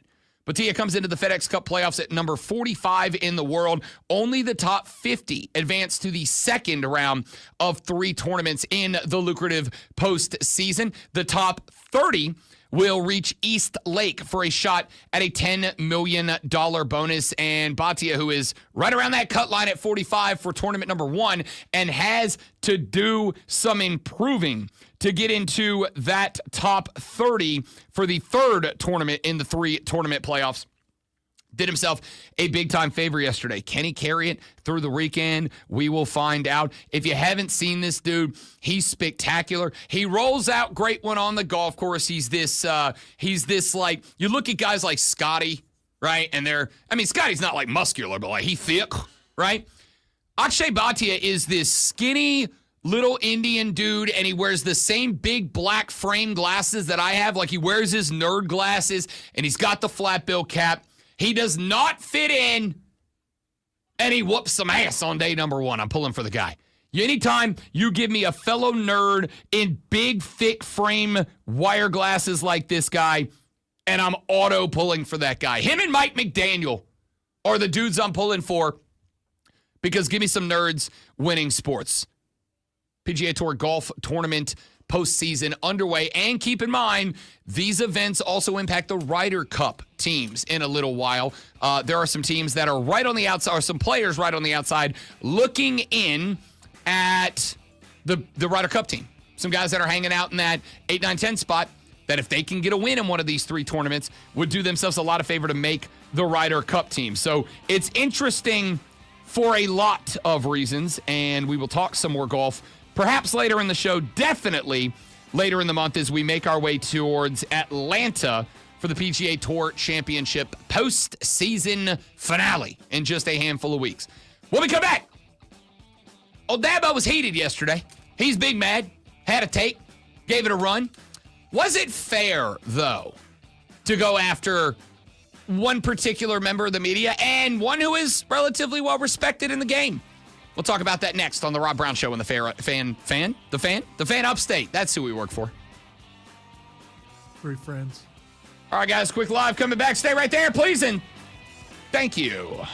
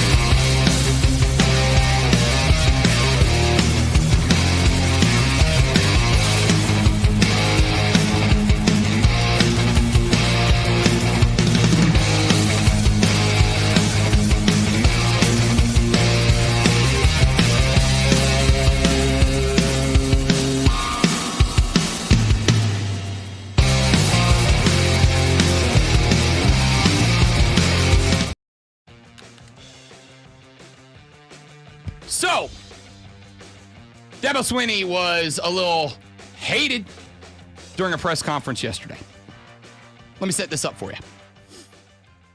Chris Lowe is a writer for ESPN. He has been in that position for a very long time, and I know that because I used to regularly have Chris Lowe on my broadcast when I was down in Florida. When Chris Lowe was, I don't want to say getting started because he had been there for a while, but when he was like just getting onto the SEC beat, I used to have Chris Lowe on my show all the time. So, Chris Lowe did a profile on the Clemson Tigers that published August 4th of 2025 at 7:50 in the morning. This profile is long, dude. Like he went into great detail about the football team. He did interviews with Dabo, with Cade Klubnik, with a number of the players on the defense. He broke down, Klubnik's story and path from a guy who 3 years ago, y'all were trying to run out of town on a rail to a guy who enters this year as a Heisman Trophy favorite. He broke down what they are bringing back in the wide receiver room on defense. It's pretty in depth, and he tells some stories of what has happened this offseason in the Clemson program. Honestly, I read it. I thought it was pretty good. Well, at the very end of the article, where he breaks, and when I say he breaks down everything, he interviewed Brent Venables about Clemson. He interviewed Jimbo Fisher about Clemson. Like it's deep and it's detailed. And at the very end of this article, he has a quote from Dabo Swinney. And I want to read you the quote. And then I'm going to play the response from Dabo Swinney in a press conference yesterday. And I want you to evaluate honestly, is it fair? But then I want to talk about it a little bit. Here's the quote. And I don't want you to react yet, okay? I just want you to hear the quote, and then I'll play you the audio. And keep in mind, the only place that this quote is in writing. Chris Lowe did not release the audio of the interview with Dabo. The quote is, and I quote, "I've had one undefeated team. In 2018, we were the first 15-0 team in the history of major college football ever. And I think we're going to be the first 16-0 team. It's a race to do that." Don't react yet. Yesterday, Clemson had practice. They had an interview session with old Dabo at the end of it. And Dabo got asked the question and gave a response. Feature on y'all, you were quoted saying you think Clemson can be the first 16-0 team. I'm sure you're not surprised that comment's drawn a little attention. That was actually sent to me today, and that's the most clickbait bullcrap I've ever seen in my life. I mean, talk about taking something out of context. I have no idea who wrote it, but it's just the way it goes. That's so out of context. I've never said that. I've never said this team is going to. I've said we were the first 15-0 team, and I believe we can go be the first 16-0 team. Like, why not? Like, let's go do it. And I said it's a race to do that. And boy, somebody writes some jacked up clickbait article. I should clarify too. You were sent an aggregator talking. Yeah, it was not presented the original correctly. article. Yeah, it was What's presented that? correctly. You were not sent the original article. You were sent the aggregator taking that. What's an aggregator? What is that? What do you? Not speak to that person. That person found that quote. Yes. Oh, yeah, no, just a friend sent me this article because I showed it to him. I said, what is this? Because my friend's like, who wrote this? I hope you never interview with this guy. Who is this guy? And I don't even know what he's talking about. And I was doing an interview actually with Eric McLean, and I just looked at my text message and I was like, I'm like, what is it? What is this article? And then he was telling me about it. I don't know what an aggregator is, but whatever. But yeah, come on, man. Like, can we just like get something accurate? And yeah, I do believe we can be the first 16-0 team ever. We were the first 15-0 team, so why would I not believe that? I never said this team's going 16-0 like some jackleg who tries to write to create some article and followers on his Twitter account or whatever. Okay, So that was like a solid 2 minutes. Yeah, I'm being mad about the aggregator. Disappointed because I've heard him mad before, and he didn't sound mad. That was a solid 2 minutes of being upset about the aggregator, et cetera, et cetera. Hey, Rob, what is an aggregator? An aggregator is, and it is aggravating, but that word, no, I can't even say it. An aggregator. Hey, don't you do, that's my thing. You can't do that. An aggregator is usually it's like a website or, an influencer, somebody that does not gather or create news. They just go pull news from other sources and they bring it all to one place. So right? like topic polls, like what we use. Yes, that's a news aggregator. Reddit is a news aggregator. Okay, all right. So, Dabo, what I think he was saying there was he did not see the article that this came from, which I believe, because it's the only place I've seen the quote, was the Chris Lowe profile on Clemson that published on ESPN on Monday. And he said, I never said this team is going to go. I just said I believe we can.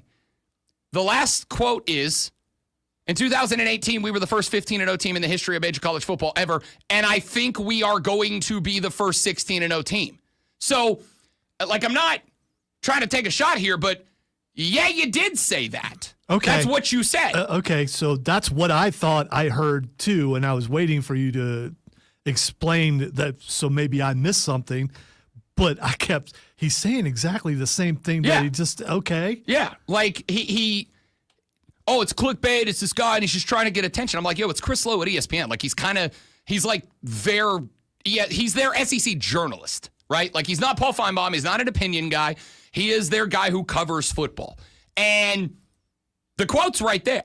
I think we're going to be the first 16-0 team. So I don't really know what Dabo's mad at is kind of the first take. Spike Texas Show, he said, I thought an aggregator was an aggressive Florida fan. That's a very good joke, Spike. That's a very good joke, and I like that a lot. Way to go, dude. I like that a lot. I'm really mad I didn't get there. Good job.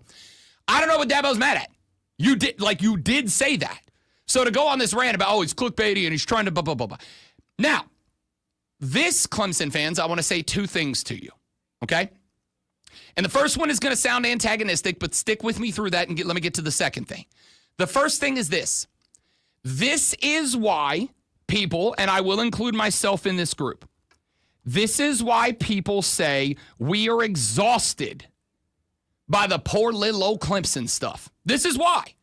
Because Dabo goes up there and he beats up on Chris Lowe. And again, if this quote came from somewhere else and Lowe is just copying it into his article, which I don't think he was, because in a case like that, a good writer, and I think Chris Lowe is one, a good writer in a spot like that would say, Dabo said to so-and-so from the so-and-so newspaper, I think we're going to be the first 16-0 team. And when Dabo says it's out of context, I will acknowledge, as a former journalist, I didn't do it, but I worked with people who did. I acknowledge that quotes can regularly be taken out of context and utilized to say something totally different than the intent of the quote. I don't know what other context there could be to this. Quote, I've had one undefeated team. In 2018, we were the first 15-0 team in the history of major college football ever, and I think we're going to be the first 16-0 team, and it's a race to do that. I don't know what other context there can be to that take. So to say, I never said that.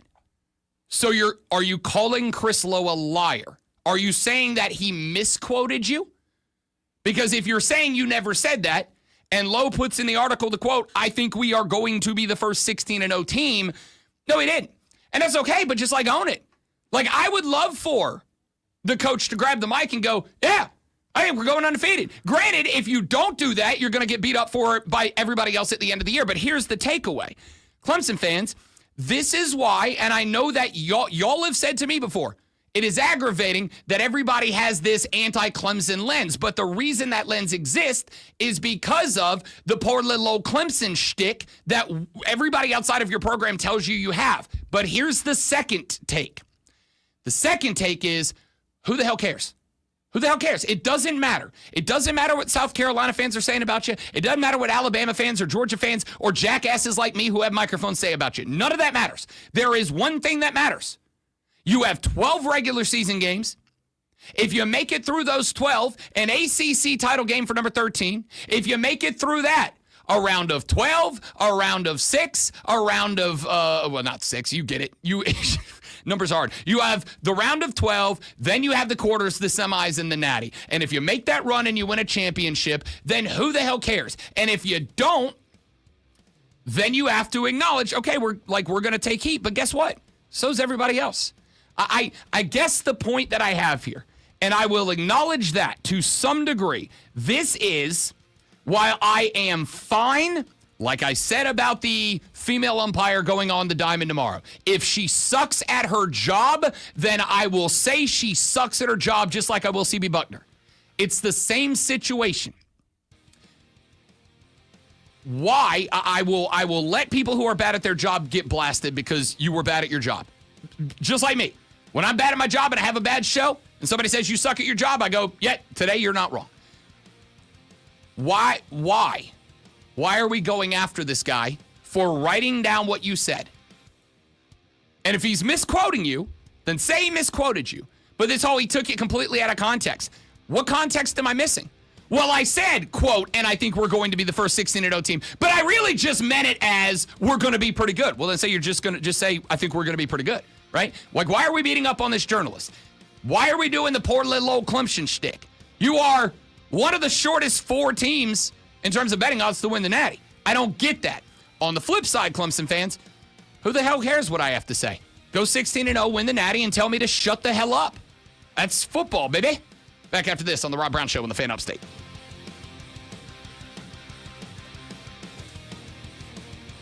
Hot take, Jacob. Hot take. All right, be right back, guys. Don't go anywhere.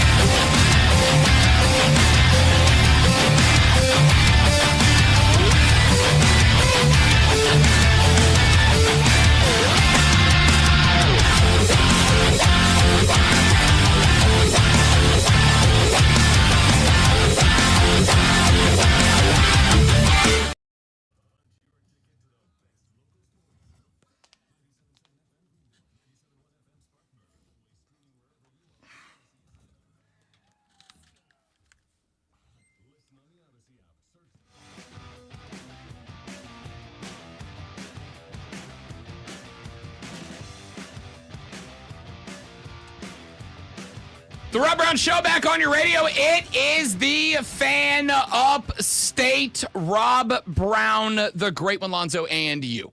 Here's how you be a part of the show. 844-326-3663 is the number. 844-FANFONE. That's the number to text the show. That's the number to call the show.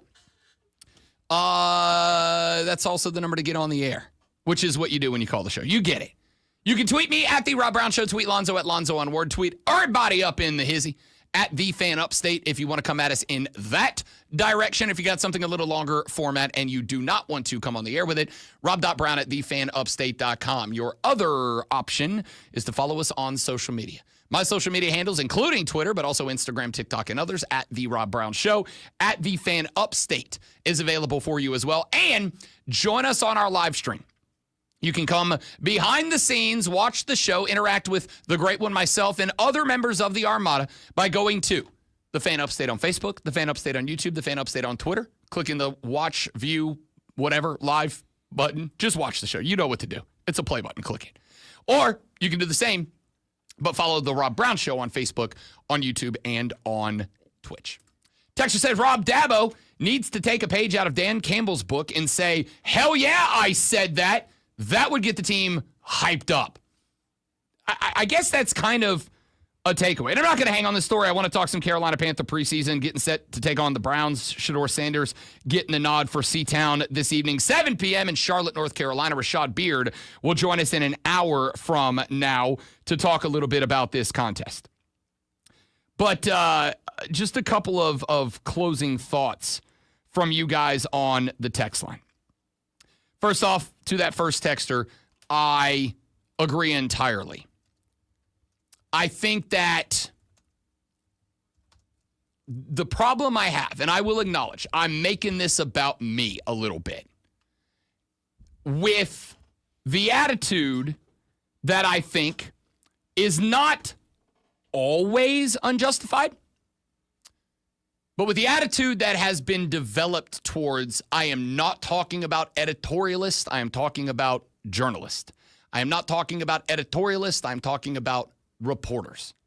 With the attitude that has been developed towards the media, specifically those that are good at the job, are neutral, are down the middle, with the understanding that every human being has inherent biases, and it takes training, practice, dedication, and discipline to not let your bias bleed over into your work as a journalist. I've done it. I've played the game. It takes practice and dedication.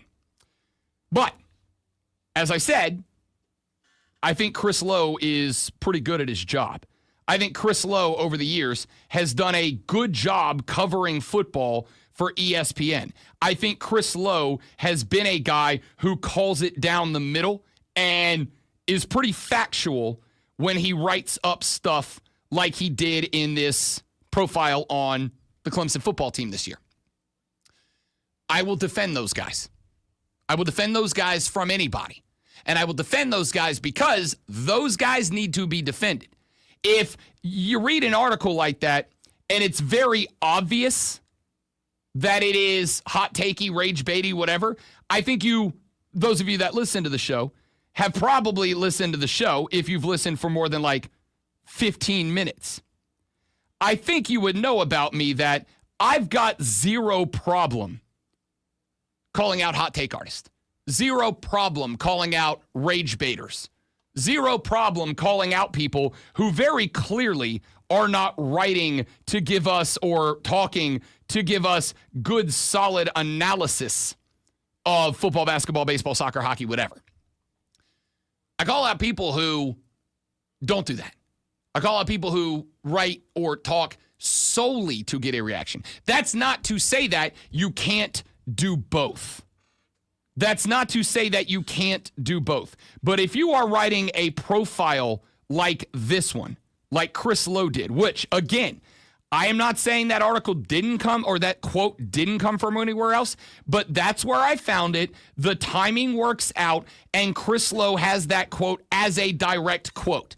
He didn't attribute it to anybody else.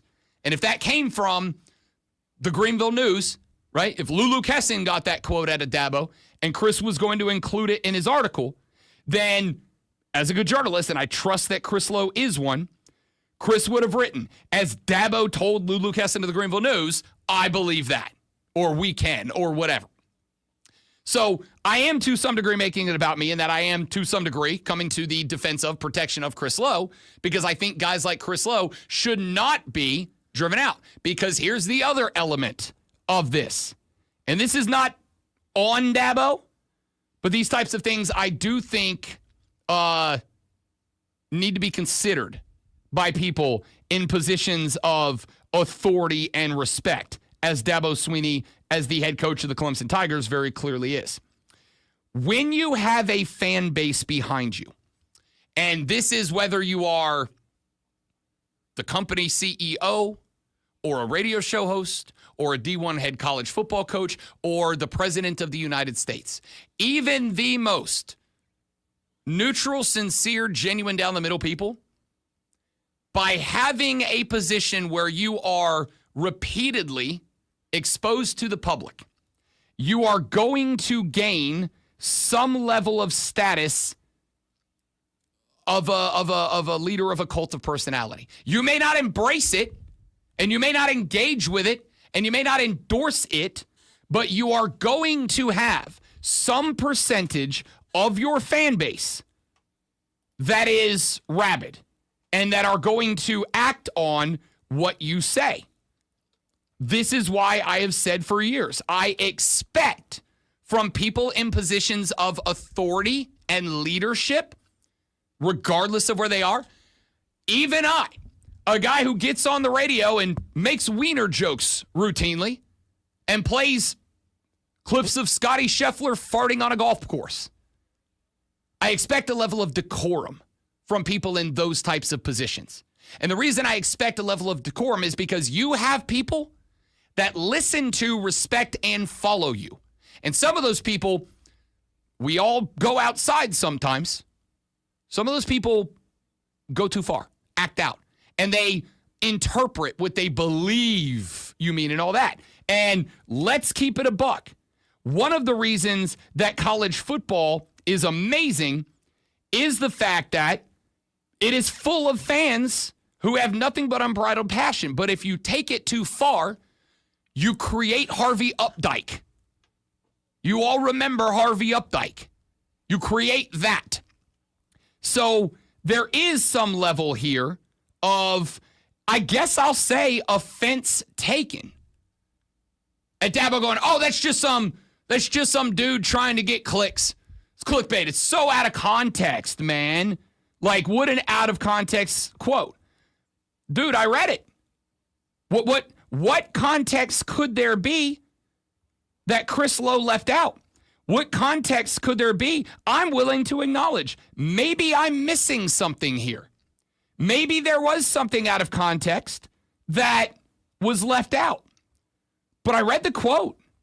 And unless you're going to tell me either A, he misquoted me, which, cool. If he misquoted you, if he used the words that you did not use, call his ass out. I'm great with that, especially if you can prove it. Make him come to the table with the recording of that interview and prove that you said it if he misquoted you. I'm good with that. But if he didn't misquote you, explain to me what the context was that he missed.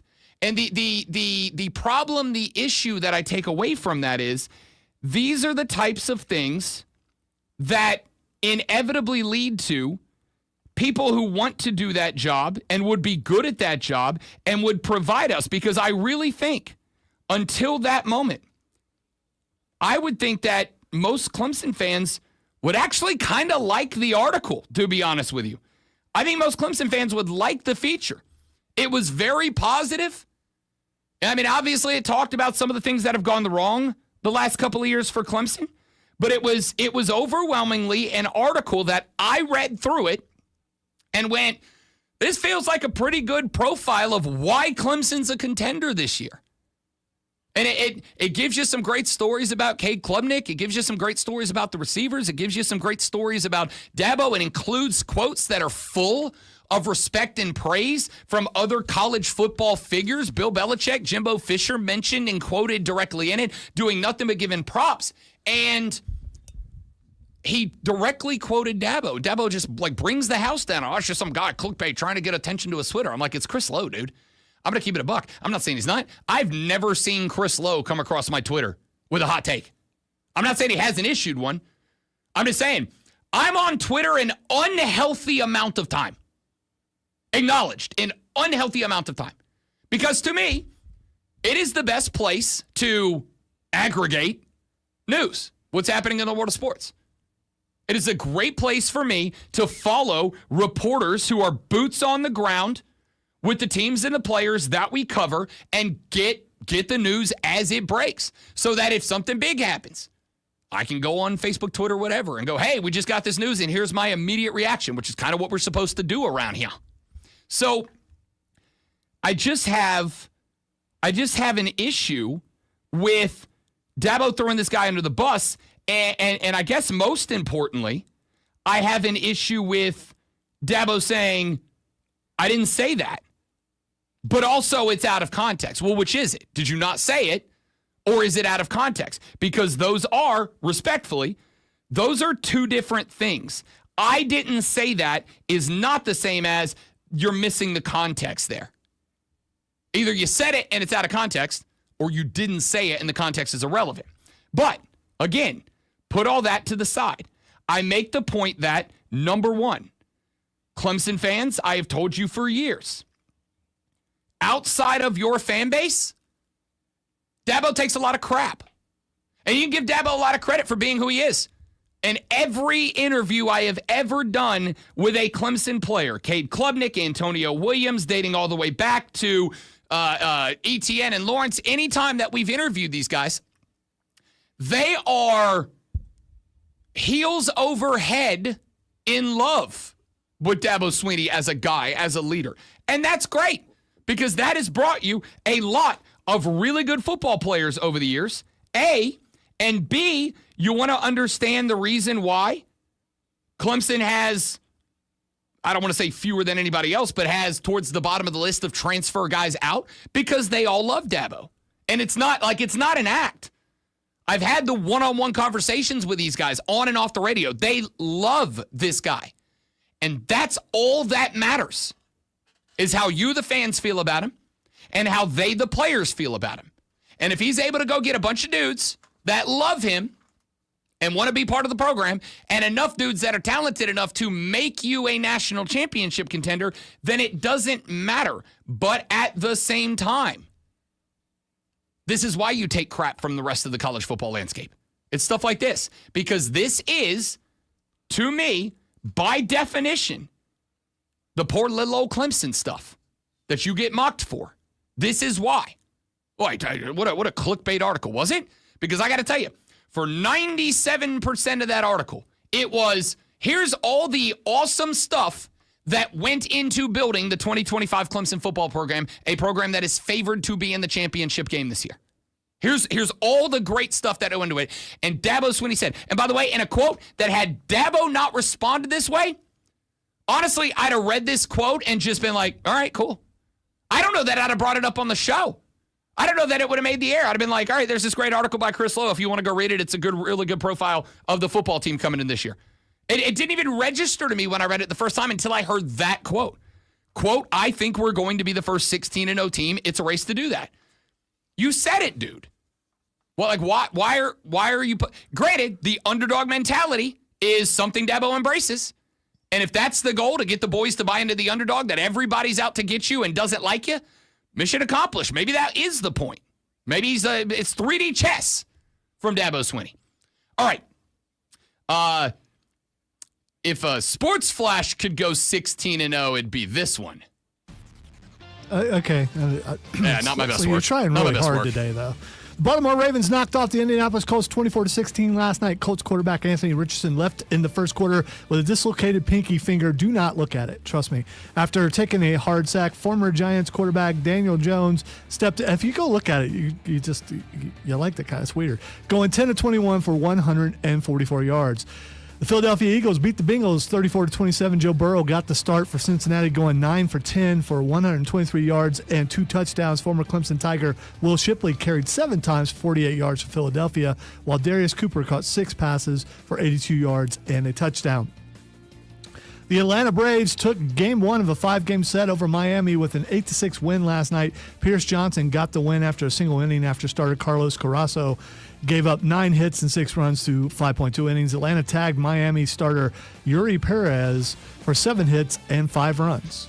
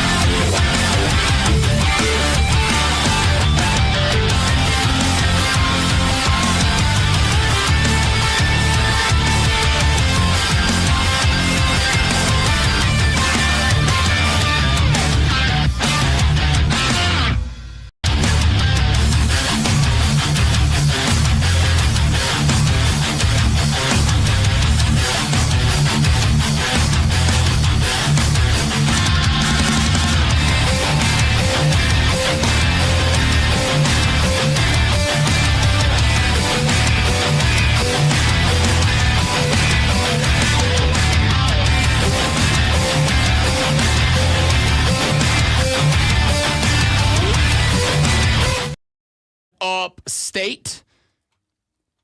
Be on the show. 844-326-3663. 844-FANFONE. Shoot us a text. We got a handful of text over the last segment or two. We're going to do a little textual healing coming up here later on in the show to get cleaned up and caught up on those. But we spent quite a bit of time on that Dabo Swinney story and soundbite. You guys have blown up the text line. If you did, Stay tuned because I'm going to come back to those here in just a little while from now. But before I do, let's get the audio blitz. We got Rashad Beard, by the way, coming up in 38 minutes and some change. Make sure you're here for that. Rashad's going to talk a little Carolina Panther football with us as the Panthers, 7 p.m. tonight, will take on the Cleveland Browns in preseason game numero uno. Shedeur Sanders getting the start for the Browns. That is interesting for Carolina as the majority of the starters are expected to get playtime today. No J.C. Horn, as he was involved in a car accident earlier this week, is being held out with some minor bang-ups, bruise-ups, whatever. So no J.C. Horn tonight against Shedeur Sanders, but it seems like most everybody else is going to be available. We'll talk with Rashad Beard about that coming up at 8:40 to wrap up this hour of the show. Final hour of the show from 9 to 10 a.m. will belong entirely to you. It is an Armada assault, takeover, whatever you want to call it. I need a cool alliteration word there. I can't do takeover because Cole and Diesel have the Tolo takeover. That's already booked. That's already used. I got to have something unique, original, to this show. So I got to come up with something. But in the final hour of the show, the airwaves belong to you. You can set any topic that you want. You can bring up any conversation that you want. It's all on you. Agenda, the Armada agenda. I don't hate that. I don't hate that at all. So the final hour of the show becomes the Armada agenda. Anything you want to get to final hour. But between here and there, we got a lot we got to get to. Let's get to it, shall we?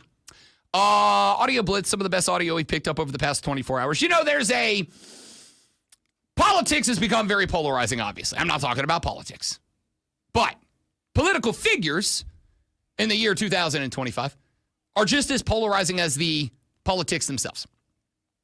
Which is why I like to think that any time that a politician who, whether it is their own fault, their own design or not, is a polarizing figure, has a take that I think is widely universal, I think we should celebrate it. I think we should work on finding our common ground. And I think it's important that we do that. Here is a take from former First Lady Michelle Obama. If I listen to ESPN for an hour, it's like watching The Real Housewives of Atlanta. It's the same drama, and they're yelling at each other, and they don't get along. Stephen A. Smith, he's just like every other talk show host. Real Housewife. He would be, right? It would be amazing. So that's why I'm like, what's the difference? It's just, it's just sociological drama. That's not a hot take. That's a great take. That's not a hot take. That's a correct take. Two things came when I heard that clip yesterday for the first time. Number one, I think from this point forward, I'm going to refer to ESPN as Real Housewives of Bristol. I think that's solid. I like it. Number two, as much as he lives just to get his name said, I'm super good with Michelle Obama referring to Stephen A. Smith as he would be a great Real Housewife because she's right. I've never watched Real Housewives. I've seen like commercials, the trailers, promos, whatever for it. You know how I never sat down and thought, you know what? Real Housewives of Atlanta, that's close to here.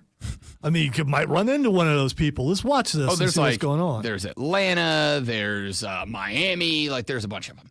You know how, Zoe, for a very long time I complain about women's wrestling is that it seems like every couple of months / years, women's wrestling resets to wrestler A steals boyfriend of wrestler B, or wrestler A calls wrestler B a and that's like their storyline. Oh, she called her the B word. And that's like the whole storyline. And it's always my problem because over on the men's side, you have all these long drawn out, detailed, in-depth storylines. And then on the women's side, it's like, she said he. Well, I think that's still a thing on AEW as far as. It is sometimes. No, I'm talking about that word and a certain wrestler. Yeah. And again. Who is a dude. I don't even care. To the point that for me, the word doesn't hold the weight that it did when Trish was calling Lita that word, right? Like, whatever. That's what Real Housewives is. Like, that's what it is. It's that, but just a TV show that's been on for 17 seasons. So you've watched episodes of the thing? Yes. Okay. Not on my own volition. Listen, I'm not being critical. I know that I haven't, so I'm just my wife curious will acknowledge how you set through an entire episode. My wife will acknowledge that reality shows are one of her guilty pleasures. And I'm not judging. Again, I watch like 9 hours of professional wrestling a week. I'm no one to judge that. But this is why I've said we love drama. Even the dudiest dudes out there, we love some drama. We love sports because of the drama. We like it because of the competition, but the competition breeds drama, and that's why we like it. That's a good take. I don't particularly care how you feel about Michelle Obama or her politics. That's a universal take at this point, and a damn good one. All right, let me get another one in here. Mike McDaniel won't stop being weird. You should stand corrected. Good morning. False. Great morning. Let's go. Why great? What makes this one great? Because we're another day closer to death. All right, Mike, that's not how that expression goes. The expression is, it's not a good morning, it's a great morning. Why is it a great morning? Because we woke up. That's how they express, because we're alive, because we get to celebrate everything that this world has to offer today. That's why it's a great day. It's a great day because, and I quote, we're one day closer to death. Maybe, Mike. Maybe he's a believer in heaven, that he's going to go there, and if you're one day closer to death, you're one day closer to heaven. I mean, it's okay. I still think that's a long roundabout way. And here's the thing, like, if that is your belief, cool, great, awesome. Don't you want to experience life? Like the way, like it's a gift, right? Isn't that what we say? Life's a gift? Don't you want to experience? I don't know. It's just, if he said, no, it's not a good day, correction, it's a great day. Why is it a great day? Because, like, look around, you're alive. You get to experience this life. And whether you believe that there is a next one or that when you close your eyes for the last time, that's it, you're done, you're dusted, whatever you believe, like, that's not how that expression works, Mike. He also could have made a bet with an assistant coach. Watch, I can say anything and they'll laugh. I will keep it a buck. I have done that in TV before. I had a bet. I was doing a boxing match in Biloxi, Mississippi with Roy Jones a long time ago. And I had a buddy of mine, a guy by the name of Roger Howell, who was the best friend of mine in high school, who was watching in Pensacola. And he texted me and he's like, I bet you can't say, and I don't even remember what the phrase was, but he's like, I bet you can't say this on TV. And I was like, bet me $100 right now. And he goes, bet. And I did it. And fortunately, he was like real dumb. He used like a phrase that just perfectly worked for boxing. So I just worked it in. And it was like, he texted me, he's like, dude, you suck. I'm like, dude, you're $100 poor. I've done that. I would get that. But it's still, that's a weird phrase to use in that spot. So I want to believe it was a bet. That's what I want to believe. I mean, I do too, because, no, it's a great day because we're one day closer to death. Is a weird, even for me. And those guys laughed at it. That's the thing. Yeah. You know, if it just fell dead, so to speak, like we are all going to one day, on the right, crowd, Mike? If it fell dead on the crowd, then the morbidity is more stated. But the fact that they laughed, just weird. Do you want to keep your job so bad that you'll laugh at anything? I don't know. The scratch that. Little League World Series is ongoing. A couple of days ago, Kentucky, their Little League team was on the field. Their head coach is a cat by the name of Mike Riordan. Mike went out to the bump because his pitcher was struggling a little bit early. And he had a mound visit to try to reset the mentality. Do you know that a koala bear is not actually a bear? It's a marsupial. Do you know why a koala bear is a marsupial, not a bear? Anybody know? It doesn't have the qualifications.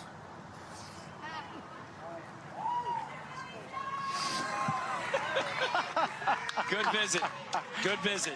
Good visit indeed. That was good visit indeed. That was equivalent to Josh Allen yesterday. Good. It's the same sort of acting, same sort of delivery. It's just I hope that I don't hate fun like you hate fun. You think this guy went out there to talk to a group of 8-year-old kids with a solid koala bear joke, No. And you think so 8-year-old kids are going to laugh at that? No, they don't get it. they didn't laugh at it. That's why it's so great. Right, they don't get it. One kid goes, ha!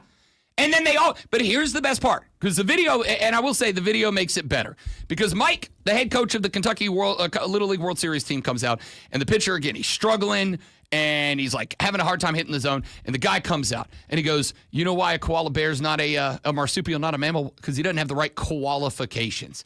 And he just stands there for a second. One kid goes, ha. The rest of them stare at him. He just turns and walks away. That's it. End of conversation. Just walks away. And the camera's on the pitcher. And the pitcher walks. You can see the face of like, dude, really? And then once like he's 4, 5, 6 steps away, the pitcher just starts grinning ear to ear. Like it clicks and he gets it. And why that was so funny. Here's the thing. From a sports psychology standpoint, let me tell you why. Jokes aside, great jokes aside, that's a quality mound visit. Because if that kid is like me, I get caught up in my own head if I'm not performing well. Whether it's the radio show or as a Little League pitcher or anything else. I get caught up in my own head. I am unable sometimes to go, bro, you bleeped it up, put it aside, move on to the next rep. It sticks with me. And a mental reset is required sometimes. One of the reasons, I'm going to be a sap for a second. One of the reasons that I fell head over heels for my wife is because she has this ability to say something funny, dumb, insightful, whatever, and it takes over my thoughts for a minute. It's a good mental reset. That's a phenomenal, unique, but phenomenal mental reset for that kid. Because for at least 2 or 3 seconds, his brain is going, qualifications. Coach, are you serious? And then you see the smile, you see that mental reset. And for people like me, that's all it takes sometimes. I need 3 seconds to laugh, or to rage, or to think, or be provoked, or whatever. I just need 3 seconds of something else to invade and dominate my headspace, and then the old thoughts are gone. That is a phenomenal Little League baseball coach right there. It's an awesome thing, and I'm glad. I hope it worked, but there's a couple problems I have. First of all, stop saying I don't know how to have fun, because that new narrative is going to make me stop having fun. Well, it's like and if Rob I don't have fun, we don't have fun. People. And if we don't have fun, then the show is not as good. So don't ruin the show by telling me I don't know how to have fun. That man told a great qualification joke. Here's the other thing. And you hated on him. No. Here's the real reason why. Majority of my family lives in Kentucky. There was no accent on that guy. So, I mean, there was no Kentucky accent, which is the Pickens accent, by the way, is the same as the Kentucky accent. There was none of that. So where's this guy from? What's he doing in Kentucky coaching Little League? I don't know. Because he's not from around here. I don't know. Guy from Ohio. You don't have a South Carolina accent. What are you doing here? I mean, like, we move. I love this guy. He's my new favorite baseball coach. Can he go coach the Braves? You think that would fix it? Do you think they would laugh at that joke? At this point, I'm laughing at them. Who cares? Nick Tarnasky, or as we call him, Nick Tarnasty, is a NHL Hockey League player. You don't know who Nick Tarnasky is, except yes, you do. You remember the golf course fight video that was going around a couple of weeks ago? I don't remember what it was. Time's a flat circle. Everything sucks. I'm a Mike McDaniel fatalist now. You remember the... And then you die. And then you die. You remember the golf course fight video with the hockey player going around? That's Nick Tarnasky. If you missed it, long story short, there was a drunk guy on a golf course. He and his boys were taking north of 20 minutes to finish a golf hole. And at the end of the hole, every time that somebody went up to this group and were like, guys, you're taking forever. Can you speed it up, please? This guy, drunk as a skunk, started challenging them to fights. And obviously nobody was, and he's an in shape dude. Nobody's going to take him up. And then he made the oopsie daisy of challenging Nick Tarnasky, a.k.a. Nick Tarnasty, to a fight. Nick Tarnasky is in the NHL, and he is in the NHL for one reason and one reason alone, because he is a tough, brawling brute. His only job If somebody hits our guy, you go kill them. He skates around. He plays some defense, and when somebody crosses a line, he's the dude that pulls the jersey over the head and punches in the face. That's it. Well, Nick Tarnasky was on the Spit and Chicklets podcast, not but a couple of days ago, and he talked about the fight. You missed the fight? Quick breakdown. Guy challenges. Tarnasky walks up. He's like, dude, I'm not backing down. Get off the green. The guy charges Tarnasky. Tarnasky grabs this drunk dude, walks him down a hill, and throws him in a lake. The dude gets out of the lake. He runs at Tarnasky again. Tarnasky, like a hockey player, grabs the front of the shirt, lands, pow, pow, pow, 4, 5, 6, fist to the chin. The guy goes down. The guy gets up again. He goes after Tarnasky again. Tarnasky again grabs the shirt, pow, pow, pow, 4 to the jaw. The guy goes down again. The guy gets up again, comes after Tarnasky again. Tarnasky grabs him and like a rag doll throws him down the hill. The dude does not get back up after that. Well, Bissy from the Spit and Chicklets pod said, hey, out of curiosity, how'd the rest of your round go? What did you shoot the day that you got in the scrap? Like, what was your round? 81. Off. We played off the back, so that was only whole, like the fight was on 15, so I played, I think I was only 2 over. I birdied 15 I parred 15 with like a 20-foot putt after the fight. I doubled 16 because the comps came, I picked up, and then I think I birdied 18, and then I think I shot like 37 or something on the front. Wow. I put the hand in the ice bag, and then the beer cooler each shot and dried it off and snapped it around.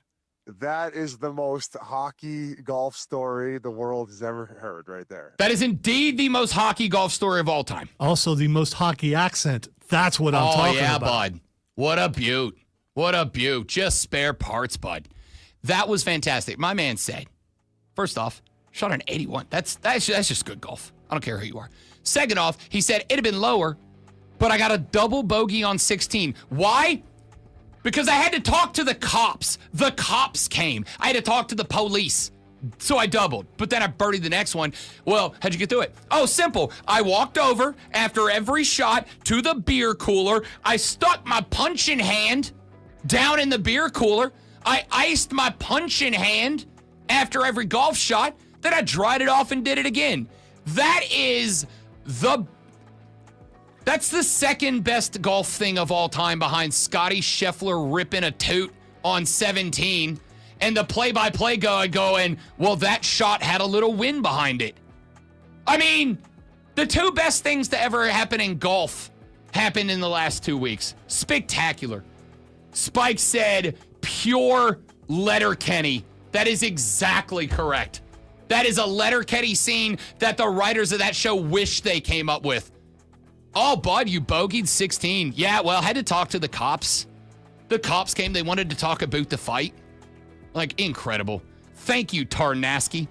All right, I got some more sound for you. When we come back, Rashad Beard at 8:40 to talk Panther preseason football, all coming up on the Rob Brown Show and the Fan Upstate.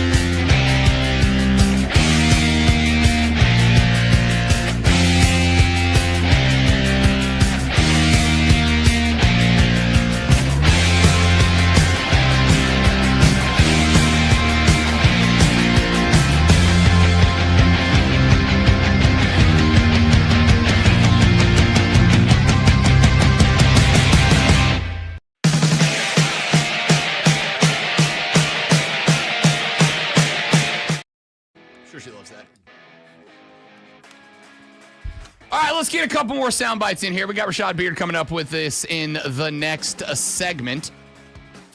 Let's go with this one. I want to keep it 100. All right. I'm pulling for Arch Manning. I don't believe in Steve Sarkisian. I believe Steve Sarkisian's a great coach. I just think, much like Mario Cristobal, he's just not a coach that I trust when the pressure gets to be at its most intense. So I am not selecting Texas as the national champs. But as I am a New Orleans Saints fan, and Archie was like the first player that put us on the map, I'm a Manning guy. It doesn't hurt that Uncle Peyton is really funny. And it turns out Eli's got that almost like British sense of humor. Like he doesn't strike you as funny, but then you realize he really is. And I'm going to keep it a buck.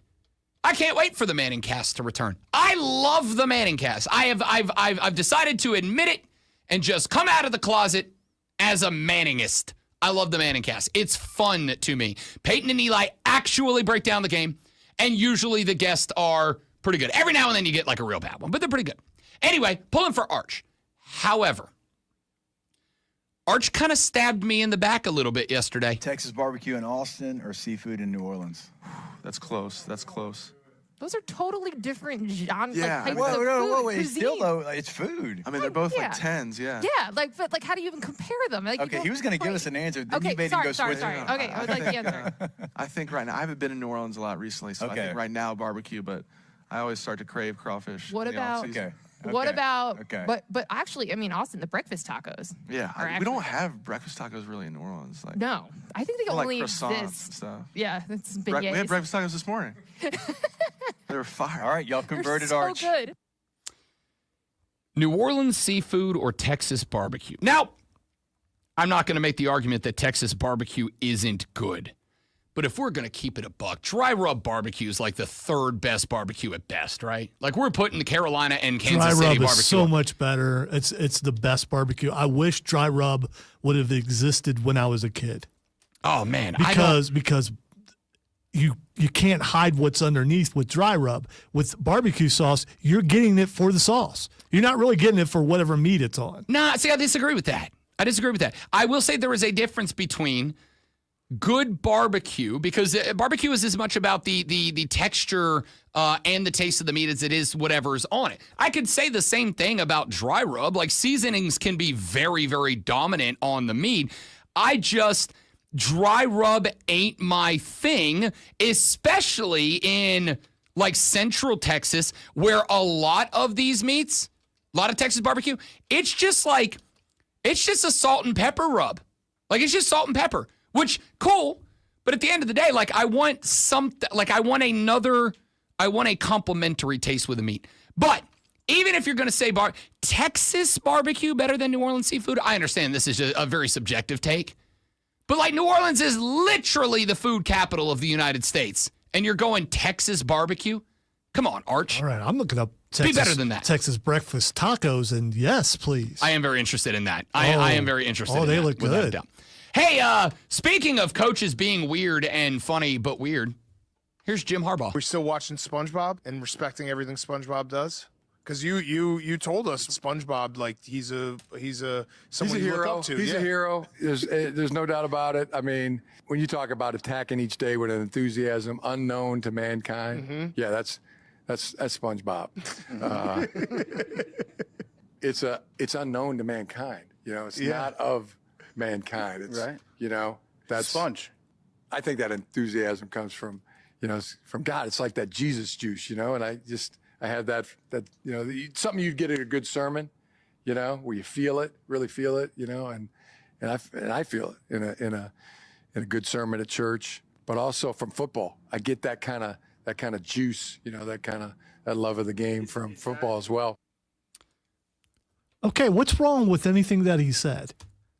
What's wrong with anything that he's, okay? I appreciate that Jim Harbaugh is out here spreading the good word of Jesus and SpongeBob. I'm not even joking. I respect it. All right? I just you seem sarcastic about Not it. at all. It's just, okay, from the perspective, much like with Mike earlier, from the perspective. Yeah, at least he didn't say, and then you die. I mean, there's you that. watch SpongeBob and then you die. From the perspective of what you, fair or not, kind of come to expect from a professional football coach, having attack every day with relentless optimism and yada, yada, yada. And I learned that from SpongeBob SquarePants isn't the take you expect. Listen, if you look like a Muppet, you're going to sound like a Muppet. That's all I'm saying. I mean, Old Harbaugh. What a dude. What a dude. What a guy. And if you wear khakis, you probably have that, that's fair. That outlook on life. That's fair. All right. And let's see. Let's do this. Because it's been a hot minute between media days and technical issues and also me being a dumb idiot sometimes. It's been a hot minute. No. Thank you for taking some of the blame. I admit when I'm an idiot, and that's regularly. All right. So, with a combination of technical difficulties, multiple road trips and being out of town, and me being a big jackass, we've missed my guy, Rashad Beard, for a couple of weeks in a row. Well, guess what, people? If you're not paying attention, he's doing his best not to nod. By the way, everything that you've said, everything I've said is correct. Well, if you don't know, now you know, playa. It's game day for the Carolina Panthers. 7 o'clock tonight, taking on Shedeur Sanders and the Cleveland Browns. We're going to talk a little preseason football with the man, the myth, the legend, the icon, the titan of the industry, the host of the Panther Nation broadcast, Rashad Beard. Makes his way back onto the Rob Brown Show next, right here on the Fan Upstate.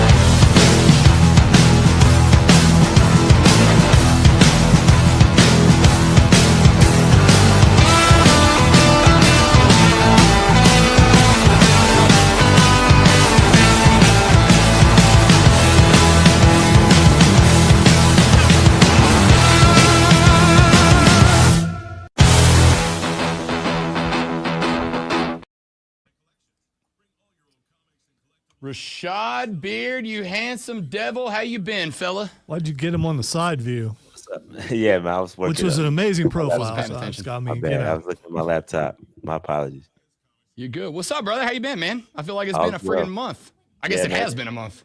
Took a little summer break. There's nothing wrong with that. The kids get some time off. We can get some time off too. It's all good, man. Yeah.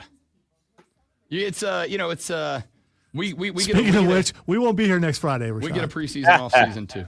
All good. All good. No worries. Did you tell them that we won't be here next Yeah, Friday? we are. I'll be over in Charleston with the lady drinking on the beach next weekend watching football. So I'll be replacing floors in the final room that I need to replace floors in. So, he'll be relaxing. I'll be dying probably. Because when you're old, it's really hard to get up off the floor. I know you guys don't know that, but it's really hard to get up off the floor when you're old. Not quite there yet. I'm thinking about installing those metal handles like all the way around the house. So if I fall anywhere, I can just. Somebody come get Grandpa. What are those called? I mean, you know what I'm talking about? Like in the bathroom, like in the big stall where they got the. I don't know what they're called, but I'm gonna come up with a fun name for yours. I'm assuming you're going tonight, Shad? Yeah, I'm going. I'll be out there. If they asked me to work the network tonight, I was thinking about driving up, but they asked me to work tonight, so. And shout out, welcome back to the PMP Army. Good to have everybody back in the fold, man. Been a minute. Yep. They're back. They always here, man.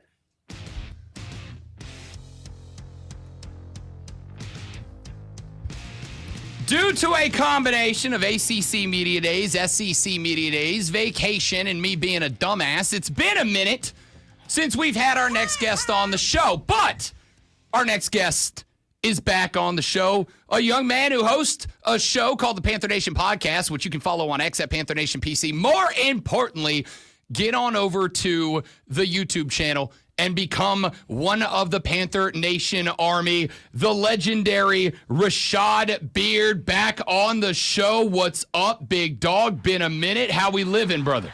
Yeah, man, it's good to be back. Good to be back. We're good, excited. It's game day. Panthers football is back, so let's get it.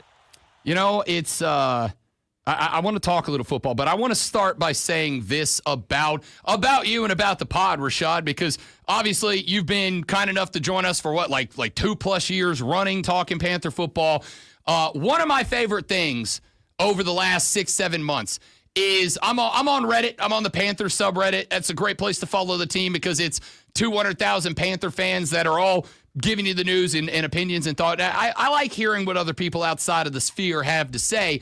About once a week, somebody pops the question up, what Panther pod? Where should I listen to Panther stuff?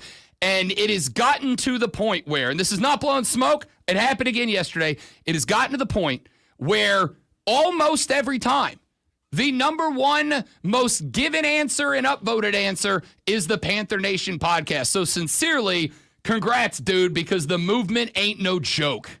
Yeah, man, I appreciate that. We put in a lot of work, and at the end of the day, we're just having fun. This is a hobby that has taken on a life of its own. It's taken us some places that, I never imagined I would have the opportunity to interview the legendary greatest Panther of all time, Steve Smith, 3 times. So that's incredible. So we're just having fun at the end of the day. We're having fun. Hell yeah. Love to hear it. All right, let's do what we are here to do and talk a little football. 36,000-foot view. We got last weekend, Canales saying starters playing 2 quarters of the first 2 games, assuming that everything goes well, everything goes smoothly. I assume we're going to see them for the first 2 quarters of the first 2 games. Overall, for tonight specifically, your expectations of seeing, your desire to see what? I just want to see a little bit of clean football, man. I want to see our offense come out there and do well. The Browns are a great team to kind of cut our teeth with. The first preseason game, they're not the greatest, right? They're going through some things. They don't have a solid quarterback situation. So it's a great opportunity for offensively for our offense to get going against a solid defense, Myles Garrett and company. Not sure if they're playing or not, but it's a good opportunity. Let's get the ball rolling. Let's get some momentum going. And I want to give a good shout out to Canales because I think he saw last season he had to adjust. Last year, we did not play our starters in the preseason, and we got off to a pretty slow start. And it appears that other teams around the league are also saying, hey, we might need to start playing our guys. Joe Burrow and company played last night. So that's all. It's a good sign. I think there is starting to be data that supports playing in the preseason as it relates to injuries. So that's always good to get your guys out, get the wheels turning. Doesn't need to be perfect football, but You want to see Bryce connect with some guys. You want to see, and ultimately at the end of the day, we want to get out the game healthy. So I don't care about anything else. We want to be healthy. It is. I did read yesterday afternoon that the Browns are not planning on playing the starters, or if they do, it will not be for more than a series or two. And I agree with you. In fact, we talked about this yesterday on the show when we started finding out what teams were at least announcing they were rolling out starters. I do think there has been a philosophy shift, and considering Canales on Saturday or Sunday, whenever it was kind of one of the first guys to come out and go, yo, not only are we playing starters, we're extending that time. I was happy to see it for the reasons that you just mentioned, especially when it's not just that you have a bunch of new guys like Tedero McMillan, but XL is going to be moving exclusively to the 2. Adam Thielen back to the slot. Offensive line, never too many reps to get everybody back on the same page. Considering the weight of this season and what it means, I know you're risking injury. I know there's all these reasons a lot of coaches don't like it. I love rolling the ones out for extended time. Give them as much of an opportunity to gel so that week 1 on the road in Jacksonville, a team that I do think will be better this year, but is still a beatable team to get off on the right foot. I'd rather roll into there. Maybe we're a little bruised up, but we're clicking. Yeah, and ultimately you got to build some momentum. So I fully support playing your players, especially given the way we started the season last year. Not good. So if you see something going wrong, you got to be able to adjust. And I think Canales is doing that, and I commend him for it. Again, one can only hope that we don't have any significant injuries. Obviously, folks may get banged up. This is the NFL. At the end of the day, people are going to be injured and banged up as long as it's nothing serious. So I'm excited to see the offense out there. T-Mac, want to see T-Mac out there get going. I got to see him at FanFest. You know, a couple of things were errand, a couple errand football. So we got to make sure that chemistry gets going. And there's no better way to build chemistry than get out there and get live game reps, whether it's preseason or not. We got to get some live game reps out there. Rashad Beard, host of the Panther Nation podcast, joining us here on the Rob Brown Show and the Fan Upstate. What do you think is the look for the Rooks tonight? You can talk about Princely, you can talk about Tet, you can talk about any combination you want, but what are the expectations for you out of the rookies in game 1? Do you think they're going to get plenty of opportunity to make a play? Do you think this is more of a welcome to the league, let's ease you in, kind of tip into the shallow end? What do you think we see out of the new guys tonight? No, I think we get a hefty dose of T-Mac for sure. Even that's what I learned at FanFest is that they're going to get him the football early and often. And I think we're going to see him a lot. But I got to be honest, I'm not really concerned or I mean, obviously we're excited to see T-Mac, but I'm really at this point more excited to see our defensive rookies, right? There's some guys out there that are really, really playing well. Princely, excited to see him. He brings a different kind of swagger and edge to the defense. So I want to see him get after the quarterback. He's been doing well one-on-ones in the joint practices. So I want to see him get out there. Nick Scorton, same with him. Latham Ransom is having an awesome offseason and training camp so far. So I want to see him out there. So my eyes are really on the other rookies outside of T-Mac. We know T-Mac is going to get the football. We know he's a baller. I want to see the guys from the later rounds. Mitchell Evans, our tight end that we drafted, going to get a lot of opportunity due to the fact that Tommy Tremble is out. So we saw him at FanFest as well, get a ton of looks. So those are the guys I'm looking for and have my eyes on for tonight. Rashad Beard, host of the Panther Nation podcast here on the Rob Brown Show on the Fan Upstate. Panthers Browns tonight, 7 p.m. in Charlotte, North Carolina. I know you just said you're more excited about the guys on defense. So am I. I'm interested to see what they look like. I'm still going to ask you about McMillan because there's plenty of rookies, plenty of guys folks are excited about. It is, to me, a mix of both. The expectations are elevated, and not just by you and the rest of the Panther Nation Army, but the folks around the league, like media guys around the league, are kind of starting to talk about this team. And I think a big part of the reason is the cat looks like a dude out there. And I'm not just talking about in the helmet and the shirts making one-handers. I'm talking in pads making some circus catches. If this dude is in the regular season, what he looks like he's about to be in the preseason, yep. Yeah. We're excited, man. And again, I've been pounding the table for T-Mac for a long time. He's an excellent player. There's a lot of potential. But again, I don't want to go out there on a limb and say, oh, he's going to have a 1,000-yard season. I mean, that would be great. The kid is going to have to adjust to the physicality of the game in NFL, right? He's He has had some up and down practices, according to Canales. It has not all been great. Has not all been, the one-handed catches that you see on X, right? It's some drops. There's some drops in there. There's some route things that we need to clean up. There's dealing with that physicality, like I mentioned. All of our cornerbacks are 6 foot above and 200 plus pounds. That's something he's gonna have to deal with game in and game out. So there's gonna be some lumps he's got to take. But we're all excited about T-Mac. The potential is there. The circus catches have been awesome to see. But I like myself, have to say, hold on. Let's pump the brakes a little bit. He's not the second coming of Megatron just yet. Let's hold off and let's see. Let's see what happens. You know what I mean? So that's where I'm at. I'm excited for him. I want to see it, but let's see what he does tonight. One game at a time. I respect that. Give you something that I said on the show on Tuesday, Rashad, and let you react to it. I don't think any of your listeners from the PNP Army who are here, if you've been with us before, I'm a Saints fan. All right, that's why Rashad and we give each other hell all the time. But we covered the team, so I'm going to have Rashad on to talk about him. Here's my take, not just as a guy who covers the Panthers, not just as a guy who is an editorialist, whatever you want to call me, not just a guy who's a Saints fan. My expectations for the Carolina Panthers in 2025, after what I've seen in the preseason, and after really kind of diving in and evaluating Tampa, Atlanta, New Orleans, the take elevated Rashad from the expectation is not, I think this team can and should compete for the division. I think this team should win the division this year. Honestly, new OC in Tampa, 3rd in 3 years. No idea. It's a passing game coordinator, right? We got an established guy. I look at Atlanta. If Michael Penix Jr. stays healthy, maybe they're them, but that's also Atlanta. Like you and I both know what that team does every time the pressure's on the line. And my team sucks. So my expectations have jumped from compete for the NFC South to legitimately, I drove to North Carolina for ACC Media Days, and while I was up there, I locked down a hefty bet on Panthers to win the South, and I don't feel like that's a hot take anymore.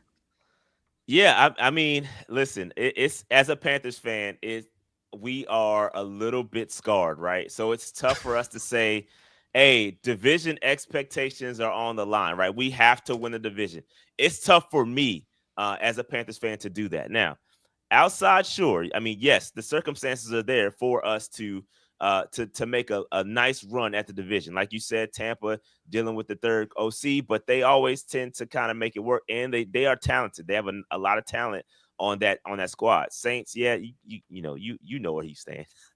But the Falcons, again, there's some talent on that roster. So we just gotta, again, I think if we do what we have to do, control what we can control, right? Play our game week in, week out. I think certainly you can see the Panthers hoist the NFC South division title, but I'm not expecting it. The expectation for me is not that. I just want to see us be competitive every week and not fall into a trap where we're starting to feel ourselves, right? We still have to go out and prove ourselves. Although it feels good. I got to be honest. The momentum is there, but I can't go with that expectation. I can't do it. Even when I compliment you, you got to make it personal. Even when I compliment you, you got to take a dig. All right, fine. Rashad Beard, host of the Panther Nation podcast here on the Rob Brown Show and the Fan Upstate. The big question, and this is, I'm going to do my best. This is going to be the only time I'm going to ask this question during the preseason, unless it's just something goes wrong and we go, now we have to talk about it. But what did you see? What have you seen out of Bryce? Do you believe that the way the last year ended is the way that this year is going to start? I know we've seen a lot of clips. He's gotten, just mounds of compliments from the boys on the team, from Canales, from folks covering. Seems like dude is in a real good headspace right now. What have you seen out of the preseason that leads you to believe, if you believe, the momentum carries over into 2025? And we will do our best not to mention Bryce Young again in the preseason unless we have to. Yeah, no, it has to. I think that's the expectation for him. I think there's nothing that has gone wrong where things shouldn't be. He's got the same OC back-to-back, or same head coach, OC back-to-back years. That's step one, right? That's always continuity is always a plus. But not only that, he's got additional weapons. He's got a solid run game, Chuba Hubbard, Rico Dowdle, but you also get T-Mac. So the expectation is that, hey, your circumstances are the same, if not better. So your improvement should be that you get better, right? The expectation that you pick up where you left off, At the end of the last season, things were clicking. We were firing on all cylinders, and now let's pick up where we left off. If that doesn't happen, I got to be honest with you, the Panthers season is going to be a huge disappointment. I think we have to pick up where we left off. That is the expectation. There's no excuses for Bryce. I love Bryce. I got to be honest with you. I got his jersey on. I support him. But if he comes out and he doesn't do well, that's not a good sign. The circumstances are perfect. We always talk about how this is a team sport. It's 11 guys on offense. The offensive line has to be great. That's a top 10 offensive line. You've got weapons, right? You've got a very, very good receiving core. That hasn't been the case for a long time around these parts, right? You got a solid run game. So, Bryce, you do what you have to do. You don't have to be Superman. You don't have to be Cam or anything like that. But you hold up your end of the bargain, and we're going to be fine. Rashad Beard hosts the Panther Nation podcast. You can find them on Twitter at Panther Nation PC. But more importantly, get on over to YouTube, search, subscribe, turn the bell on, because I got no doubt Shad's going to do 27 to 35 hours of live streaming this weekend, especially if the boys look good. My man, good to have you back in the fold, brother. Appreciate it. Absolutely, man. Always a pleasure coming on the show, man. I love it here. Zoe, what's good, man? You all right, Zoe? You good? Yeah, I'm just sitting back and listening. That's all. All right, man. My man, Zoe. Appreciate you guys. He's really struggling with the fact that I might have been right about Bryce Young the whole time. No, I'm not. As I told him, I want him to be right, but he just hasn't yet. So, I mean, Rashad, there's a lot of positivity going on. I didn't want to add negativity. So, I mean, balance is key. My man, good to talk to you, brother. We are out next Friday. We'll see if maybe we'll get you on Monday, Tuesday, Wednesday, recap, get the for next week. If not, we'll catch up with you. I appreciate you, my man. All right, guys. Appreciate you. Rashad Beard, Panther Nation Podcast. Again, get on over, follow on YouTube. Reddit's favorite podcast. Make sure you go check them out. Make sure you check us out. If I could whistle, I would do it right now, but I can't. Thank God you so can't. Instead, I hate whistling. I'm going to give you the second sexiest sound you could possibly hear on the radio, this sports flash. Yay? That's the nicest thing I've said about I'm trying to talk here, okay? Why don't you just go on? Baltimore Ravens knocked off the Indianapolis Colts 24-16 last night. Colts quarterback Anthony Richardson left in the first quarter with a dislocated pinky finger. Looked painful after taking a hard sack. Former Giants quarterback Daniel Jones stepped in, going 10 of 21 for 144 yards, followed by former Duke quarterback Riley Leonard, who's completed 12 of 24 for 92 yards and a pick. The Ravens' Keaton Mitchell rushed for 68 yards and a touchdown. Las Vegas and Seattle ended in a 23-23 tie, just like soccer. Raiders quarterback Aiden O'Connell went 18 of 30 for 205 yards, touchdown, 2 picks, while Drew Lock went 12 of 22 for 147, a TD, and a pick for Seattle. The Atlanta Braves took game 1 of a 5-game set over Miami with an 8-6 win last night. Pierce Johnson got the win after a single inning after starter Carlos Carrasco gave up 9 hits and 6 runs through 5.2 innings.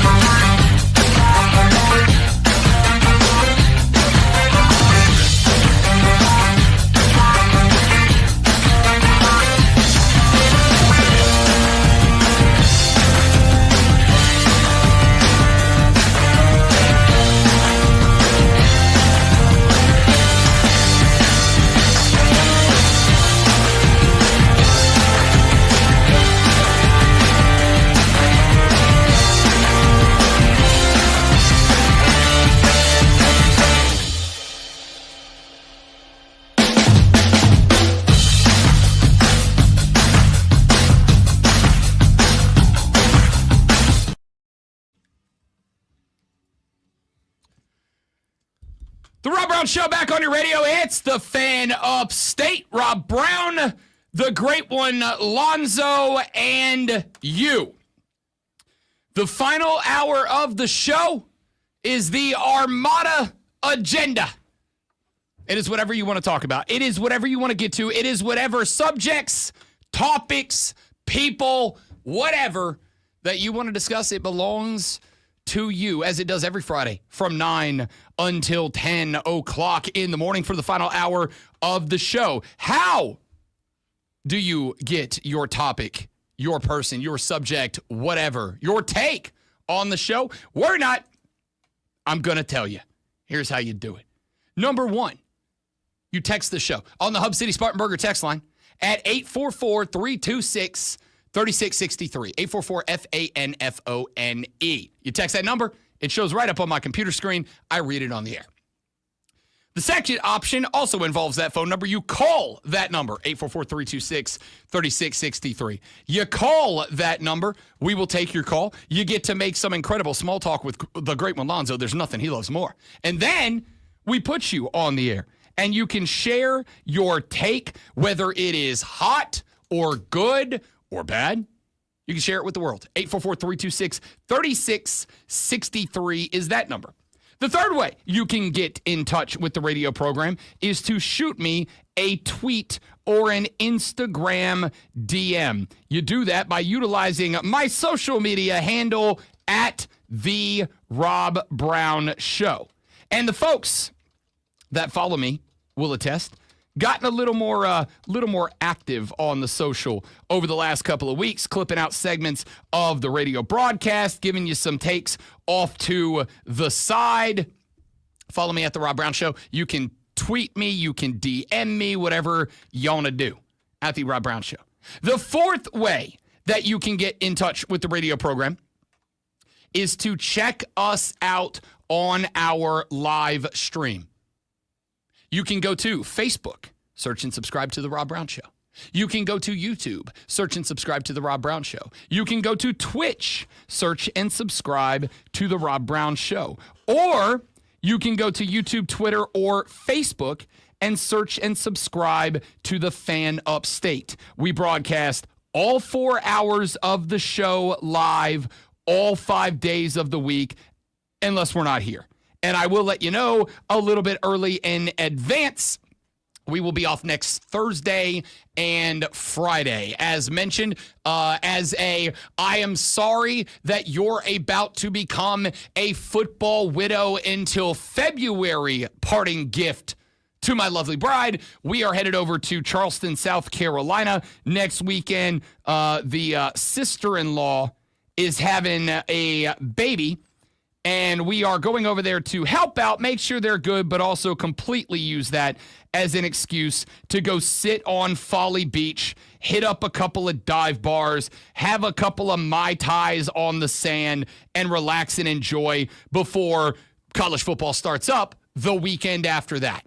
So we're off next Thursday and Friday, but you got us until then, and the show streams live every one of those days. The Fan Upstate on Facebook, on YouTube, and on Twitter. The Rob Brown Show on Facebook, on YouTube, and on Twitch. We have been all over the place talking about a whole bunch of stuff. We've got some comments on the chat. Raul's in the chat. He said the Browns have agreed to retire Sanders' number after he fails to make the practice squad. I'm real interested in what Shedeur Sanders looks like tonight. Genuinely. I am genuinely intrigued because, number one, as mentioned, with the exception of J.C. Horn and any other developments between here and 7 o'clock tonight, his first start under center in the NFL is against an NFL number one defense. See, and this is why I didn't talk when Rashad was on, because the question I would have asked, and I didn't want to be negative, is what if Shedeur comes out and carves up that defense? Does it mean that people were wrong about Shedeur, or that this defense still needs a lot of work? Well, or could it be both? You know the stance that I take, which is, and this is something I think is missing in most of sports communication, the context of the situation is going to matter. I mean, if Shedeur comes out and runs wild on you, brother, then we'll just have to look. It's just going to matter on what it looks like. There is a reality in which we come back on Monday and we go, holy crap, 31 other teams are going to regret that they passed on Shedeur Sanders. There is a reality that we come back on Monday and we go, holy crap, Shedeur Sanders really isn't that good. And everybody was right that passed on him until the 5th round. There is a reality that we show up and we go, Shedeur didn't look bad, but the Panthers defense was stellar. And there is a reality in which we show up on Monday and we say, Shedeur's not that good. And the Panthers let him go bananas. I think we got to watch the game. I think we got to find out. James just had the take, quote, one fan base will panic. Which one will it be? We'll see. I mean, it will be easy to dismiss it as, it's preseason. It's not that big of a deal. Cleveland started Shedeur to prove that they needed to get rid of him. There's no other reason to put him out there other than the fact that you're not going to put Flacco out there because he's 40 and Kenny Pickett's injured, and I mean, so is Dylan Gabriel, right? So he's out there because he has to be. And I mean, I would make the argument that because remember, earlier over the weekend or early this week, Jimmy Haslam, the owner of the Browns, was doing a post-practice Jerry Jones style conference, and somebody said, like, what do you expect to see? What do you want to see out of your draft pick? And he was like, that's not my draft pick. That was Andrew Berry's draft pick, the GM. That's his pick. He wanted him. I said go bananas. That's not my pick. Like he ran to separate himself from the draft pick of Shedeur Sanders. And so, I get it. So if Shedeur goes out there and he does really well, he can't take credit for it. No, but what he can do is take credit for having Andrew Berry as the GM. That's why I hired that guy. Okay. He saw something I didn't see. Listen, it's a great political move from Jimmy Haslam because Jimmy Haslam is, rightfully so, taking a bunch of crap for what the Browns are. They had Baker Mayfield. They got to the playoffs, and then he blew all that up because what? Baker was too much fun. Can't have that in C-Town. So he blew the whole thing up, and they've been bad again ever since, which is why when Joe Flacco gets the nod, or I should say when Dylan Gabriel or Tyler Huntley or Shedeur Sanders or blah, blah, blah, Kenny Pickett, whenever one of those guys starts, that is going to be the 137th different starting quarterback the Browns have had in the last 10 years, right? So I think it's a shrewd political move from Jimmy Haslam because if it goes great, he can take credit for Andrew Berry. That's my guy. That's why he's still here because he saw that and nobody else did, and he got us that guy at a value in round 5. But if he sucks, he can go, that's Andrew Berry's fault. I'm a good owner. See, I'm doing great. I wouldn't have drafted that guy if I'd have been in charge, right? Like that's basically what it comes down to. So I think it's a shrewd move from Jimmy Haslam. I did wonder, and if there's one thing about Shedeur Sanders that especially after the draft, I think we can all agree on, it is I don't think we have to worry about the confidence of Shedeur Sanders. I think Shedeur's confidence level is going to be just fine. But I did wonder, I was like, if the owner comes out before that kid takes a snap and says, not my draft pick, not my circus, not my clowns, could that impact him? Could he go, wait a minute, my owner doesn't believe in me? The guy signing the paycheck, he didn't believe in me? Like, does that impact Shedeur? I don't think the answer is yeah. I think Shedeur, and by the way, I will give credit to Shedeur Sanders because while you can believe it's a work or not, honestly, I think Shedeur Sanders has handled the preseason, the offseason, really well. After the draft, where he took a lot of crap, like a lot of crap, during the actual preseason, rookie training camp, or rookie minicamp, training camp, now into the preseason, he's been good. A handful of days ago, Dion came out, Coach Prime came out, and said in a podcast interview, Shedeur called me and said, don't come here. Don't come to practice. Don't come to games. Don't be here because That's going to be a big-time distraction that I don't need while I'm trying to earn a job. And then they asked Shador in an interview, why'd you tell your dad not to show up? That's Deion Sanders, man. Like, nobody says no to Deion. Why'd you say don't show here? And Shador said, I haven't earned the right to be that distraction. I'm third on the depth chart. I got to prove that I'm worthy of being on the team before I start saying, hey, y'all make special accommodations for my Hall of Fame father. I think he's done a good job handling the preseason. And in a weird way, for a dude that I beat up on as much as anybody else, in a weird way, I'm kind of pulling for the guy. Well, and I think part of that, me too, I think part of that is the narrative has been written on social media. So people go at him and they say all these things, and there's a limited amount of practice that people are allowed to see. So you really don't know how he's going to play in an NFL game until tonight. And that's the thing. Once we see what happens tonight, then you can find out if that narrative is correct or not, and if he's got the ability to play in the NFL. Yeah, I'm going to, I guess in a way, gently to some degree push back, because I do think sometimes that we, myself included, I think that we label when other people have an opinion, thought, belief, position that is different than ours. I think sometimes we all tend to say, oh, that's the narrative, as opposed to, hey, you have a genuine thought about this, Kat. And I think a lot of people have a genuine thought. Has the narrative not been written? The narrative has been written, and it's out there. Okay, what's the narrative? That he doesn't deserve to play in the NFL. The only reason why he's there is because of his dad got him there. There's just a bunch of things. And by the way, just as many positive things are out there that are negative, but the negative is what shows up on my feed. I would start with, well, and this is one thing I would warn everybody to be careful of. And this is there's a lot of drawbacks to social media, but I honestly believe the biggest drawback to social media is that it by default, like the entire point of it is to drag you into one of two circles. Either an echo chamber where everything in your algorithm is designed to make you feel good about yourself, because if you feel good about yourself, if you get that dopamine hit, you're coming back for more.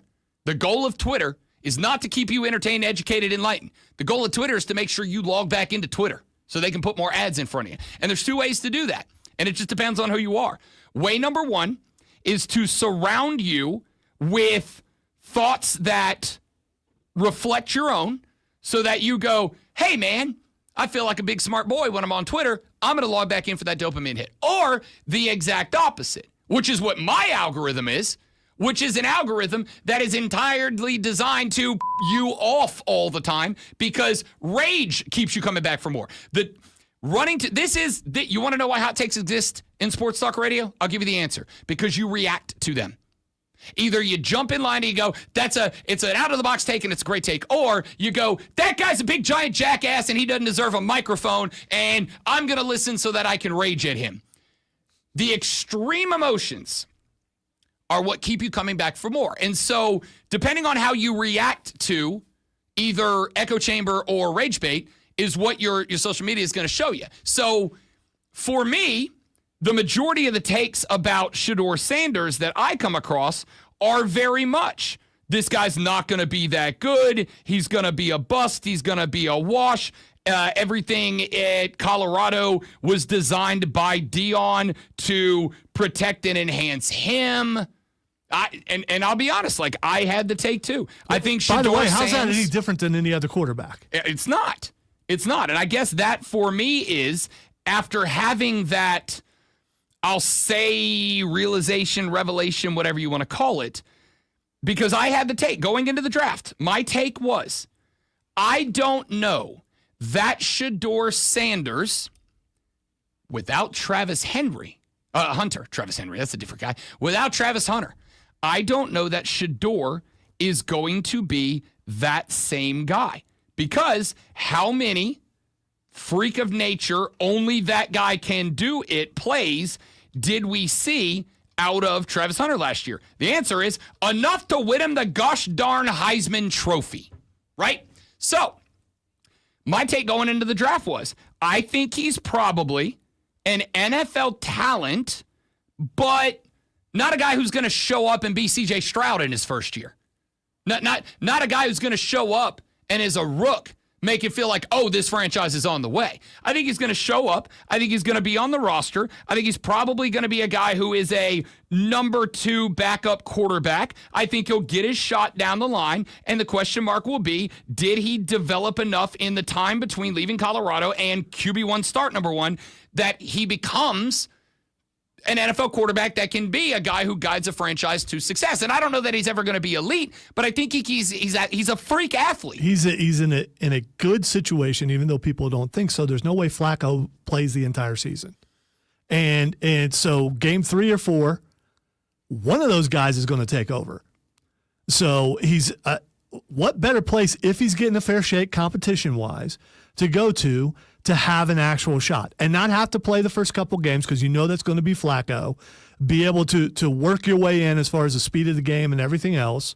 It's going to be him or Dylan Gabriel that's going to play the majority of the season. You hit on a take that I agree with. The take don't act surprised. No, I'm not. I'm not at all. I'm gonna set it up a different way though, because I think we have the same take, but I'm setting it up a different way. I think the reason the Browns drafted Shedeur is not because they necessarily drafted Shedeur going, this guy's a franchise changer. I think they drafted Shedeur because they went, our situation's perfect to find out if he is, right? Because we know we got Flacco. We know that Flacco's going to be our guy. Out of the gate, he's our number 1. And we all know Joe Flacco at 40 years of age. That's a bridge quarterback. That's not a guy they think's bringing him to the Super Bowl. That's a bridge guy. And on top of that, by getting Dylan Gabriel, they've done 2 things. Number 1, they've created a world where the pressure is not on. There's no pressure on Shedeur Sanders. The only pressure for Shedeur is, can you make the roster? And in order to make the roster, the pressure is, can you beat out Kenny Pickett? That's the question. It's not, can you beat out Dylan Gabriel? It's, can you beat out Kenny Pickett? And then the question is, can you be QB2 so that when it's time to move on from Joe Flacco, either because he's 40 and he gets hurt, or because we get to the end of this year, we don't go to the playoffs and Joe Flacco's on his way out. Now next year we got the role, we got a job open. Can you be ready for that? And in order to do that, you got to beat out Dylan Gabriel, who is a rookie quarterback that was drafted in the 3rd round. But I also am going to say a rookie quarterback who had more critique, who had a lack of belief from the rest of the media as much as anybody else. Dylan Gabriel was on a bigger stage, too. It's also true. Quarterbacking a team that expected to go to a national championship. So I think the situation was perfect for Shedeur. I think that, however, tonight's very interesting because this is rushed. This was not expected. Shedeur getting the nod tonight in preseason game number 1 for Cleveland was not expected. And because it was unexpected, and because of what I think is a good decision from Dave Canales, we're going to play our starters for a full half. Anybody who's 100% healthy is going for a full half. Shedeur's going to get an opportunity tonight. And if he comes out there and he lights it up on fire, maybe he jumps ahead of where he was supposed to be in week 1. But if he comes out tonight and he stinks, do we go the Panther defense crushed him? Or do we go he just stinks? And that's on Kevin Stefanski to figure out, not me. But we will break it down on Monday. All right, when we come back, I have had it requested during the Armada Agenda Hour to wrap up a Friday to talk some college football. Let's do that. ESPN put out their tier list of college football teams. Let's talk about where your team falls on it and what that means going into the 2025 season. That's next on The Rob Brown Show in the Fan Upstate. What has Kenny Pickett done to deserve the number 2 spot? Have veteran experience. That's quite literally it. Have number 2 sized hands. He has veteran experience. He has played at the NFL level, and that's it. Again, like I think they brought in the quarterbacks they brought in to push their 2 rookie quarterbacks to find out which one of those guys is going to step up to the plate and earn the number 2 spot away from them. That's my thought. Y'all stay right there. We'll be right back.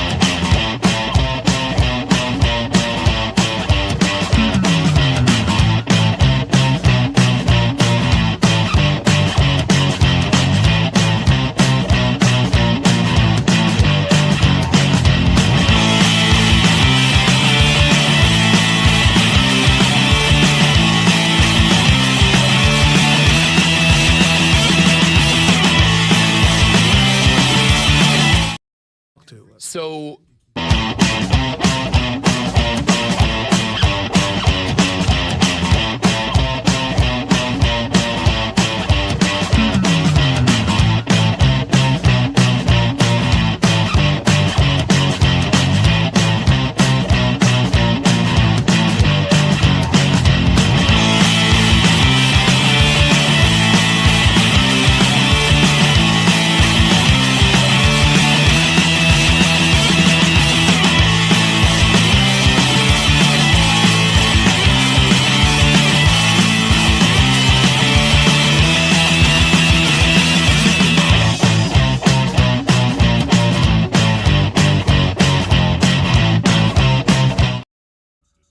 all right, we back. Thanks for hanging in there. Whatever, James. I mean, you want to brag on your backup? Who was your backup? That's fine. I mean, you got scoreboard this year. I had scoreboard. You had scoreboard. I had scoreboard. You have scoreboard. Will this continue? Will it be Philly or the Chiefs in the Super Bowl this year, or both of them again? I wonder what odds, this is where the degeneracy comes out. I wonder what odds I could get on a parlay that both Philly and Kansas City fail to win their division. I bet I could get that Which is more unlikely. I can get that at like Probably, 18, that both of them do not win the division. Not one or the other loses. I got you. I bet I could get that at like 22 to 1.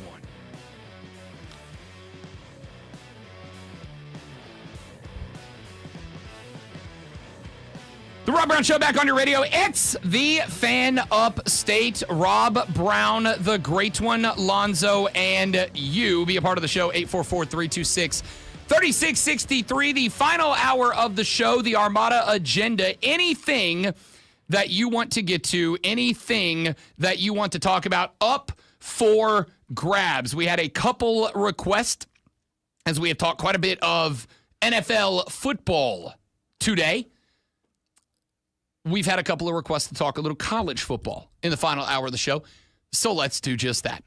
ESPN has taken all 136 FBS football teams, and they have ranked them by tier.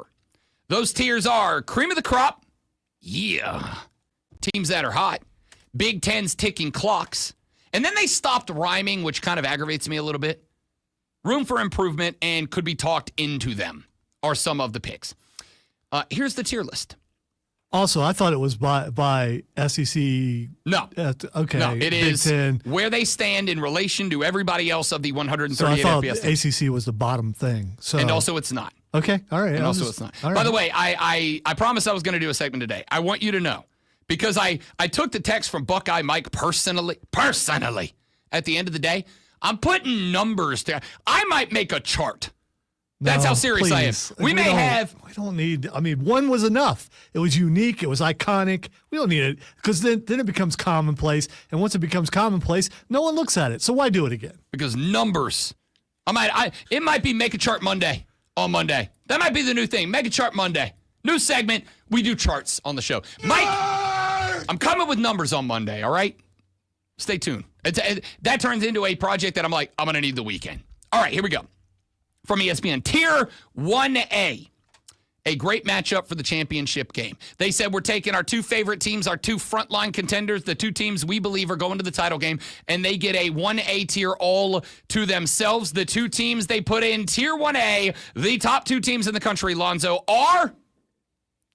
Ohio State and Texas. That is exactly the top two teams that they put there. They point out Ohio State coming off of the Natty. They put out the fact that Texas drives Lamborghinis onto the field to sell to recruits. They've got the dollar bills. Do they y'all. really? Do Oh, they yeah. really do Lamborghinis? Yeah, Steve Sarkisian took a bunch of crap at SEC Media Days because he did the whole, we're not about money at Texas. We don't guarantee you anything until you come to Texas. And then somebody at SEC Media Days quite literally pulled up the video of a recruitment day at Texas when recruits were showing up to take the tour in Austin, Texas. And there were like a dozen Ferraris and Lamborghinis lining the sidewalk going into the Texas football stadium. And then later on, they had more of them on the field in the stadium when the recruits were taking their stadium tour. Maybe not, Steve. Seems like more of a Miami thing to do. It's a very Miami thing. You know what it is? It's a dudes who have more money than everybody else thing. It's a flex, bro. And they flexed. Tier 1B, the rest of the best. These are the other teams they consider frontline national championship contenders. Frontline national championship contenders, Georgia, Oregon, and Penn State. So those are the next three. Then they have tier 2. So they split tier 1 into 2 tiers. Their top 2, and then the next 4, they believe championship contenders. Tier 1 is comprised of Ohio State, Texas, Georgia, Oregon, and Penn State. Tier 2, this tier is titled Playoff Expectations. Alabama, Miami, Michigan, Notre Dame, LSU, Clemson. That's tier 2. I was wondering when their name was going to be mentioned. I don't have a problem. Here's what I'll say about these 6 teams. I think they all have one thing in common, with the exception of Michigan, because Michigan's got some stuff to deal with. With the exception of Michigan, I think all of these teams, anything less than a playoff appearance, will be described as a failure this year. Alabama, Clemson, Miami, Notre Dame, LSU. For those 5 teams, Michigan may be on the bubble, but I think certainly for those 5 teams, I think anything less than a playoff berth is going to be considered a failure for those teams this year. And I do not think they're all making it. I was going to say, that should be the expectation for all those teams, though, every year. I mean, you'd like to think so, but I would also like to say I think that at some point, college football fans are going to realize that with the portal and with NIL, dynasties, I'm not saying there will be no more dynasties, but I think dynasties are not going to be commonplace anymore. We're not going to have a dynasty a decade like we used to. I think we're going to get to a point where you go, guys, the talent and the money spread out. Like, dynasties aren't a thing anymore. So this concept of the expectation of being one of the 12 for now, 16 next year, but one of the 12 best teams or 16 best teams in football annually will at some point go away. Well, when does that come into play? Again, thinking of dynasties, a team's got to win it two years in a row, right? I would say, honestly, that's the start. Yeah. I would say that's the when's start. The last time that happened? Yeah. Alabama. Tier number 3. And this is where it gets interesting. And granted, you can make the argument that this is some conference propaganda. Tier 3. The tier is titled, quoting directly from ESPN, someone in the SEC has to lose some games. The tier is Florida, Oklahoma, Ole Miss, South Carolina, Tennessee, and Texas A&M. Honestly, I don't have an issue with that. Now, here's where we are going to get into what I think could genuinely be the primary conference v. conference, SEC versus everybody else discussion of the offseason, despite the fact that there are only 20 days left in the offseason.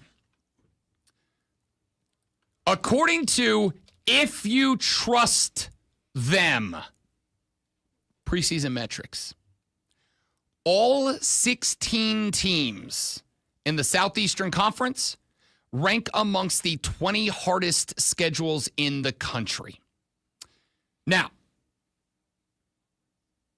there is the counter argument, which is, well, if you just say that everybody in the conference is one of the best teams, and you use circular logic that if everybody in the conference is amongst the best teams and everybody in the conference plays everybody in the conference, then that leads you to the circular logic that, yeah, everybody's schedule is the toughest. If you started without the assumption that teams in the SEC are just by default good, then the schedules would not work out that way.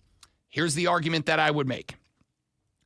You guys that have been with the show for the 5 months that we've been doing it, you know that during the duration of the show, I have never, toes in the sand, full chest, never been SEC means more guy. Never been that guy. In fact, I would make the argument that I've been the opposite.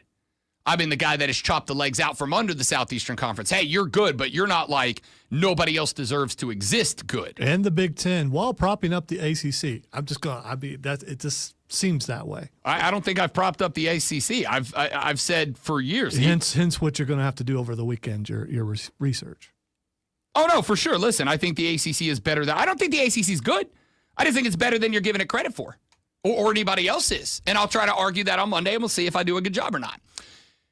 Here's what I'll say. As somebody who is never in You're killing me because every time you're leaving the hesitation there. Well, because you want to do. This time has a good reason. It's because I'm doing math in my head. Ever. That's what I've been waiting for. And I haven't heard it.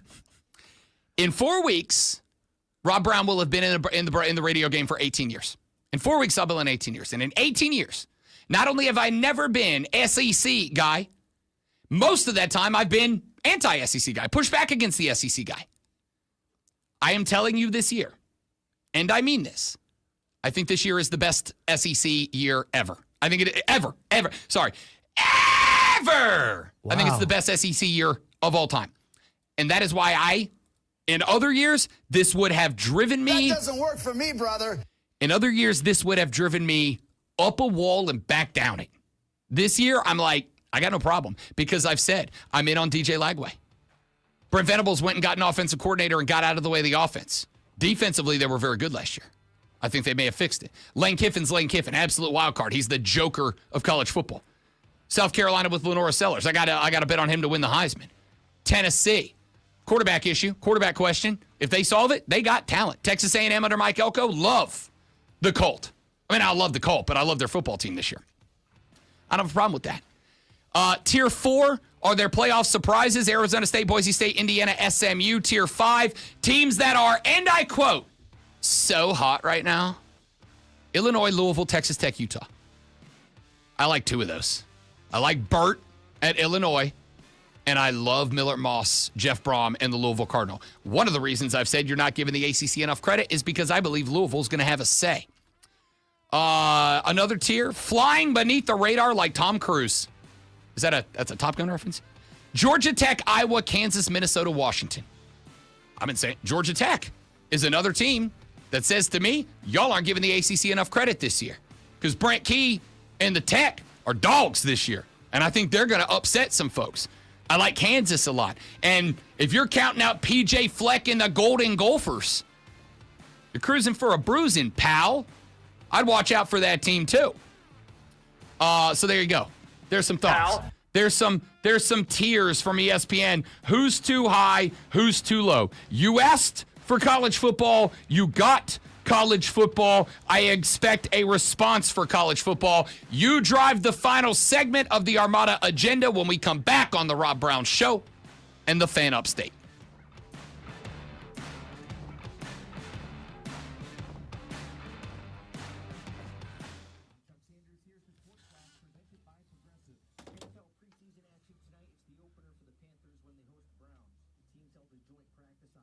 You know, there should be a rule, a law, something that when you're almost done with the good portion of your day, that you can look outside and see it's sunny. Are you trying to legislate the sun? Yes, I am. We've got 3 months left before the earth ends when that alien thing gets here. Let's have some sun instead of so much rain.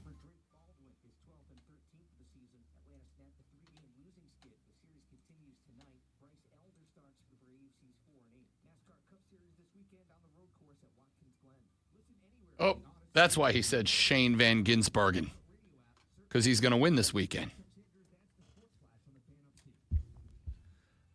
To me, Van Gisbergen talks like Ludwig Kaiser. But, you know, I haven't heard him speak, but in my mind, he talks like Ludwig Kaiser. Who I believe might know Spanish. I don't know why I'm thinking of that, but I think I heard that somewhere.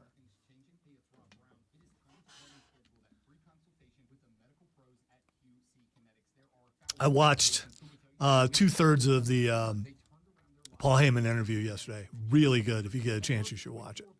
You probably disagree with him on a lot of stuff, but it's Paul Heyman. So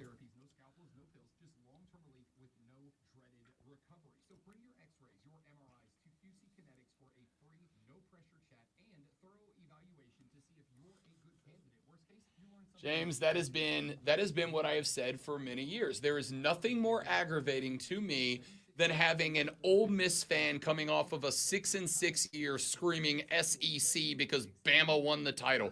Could you imagine Michigan winning the title and Zoe coming in here chanting B1G, B1G? No, First nobody of all, else does it. I don't think anyone chants But that's just because B1G, do they? It just means more. Okay.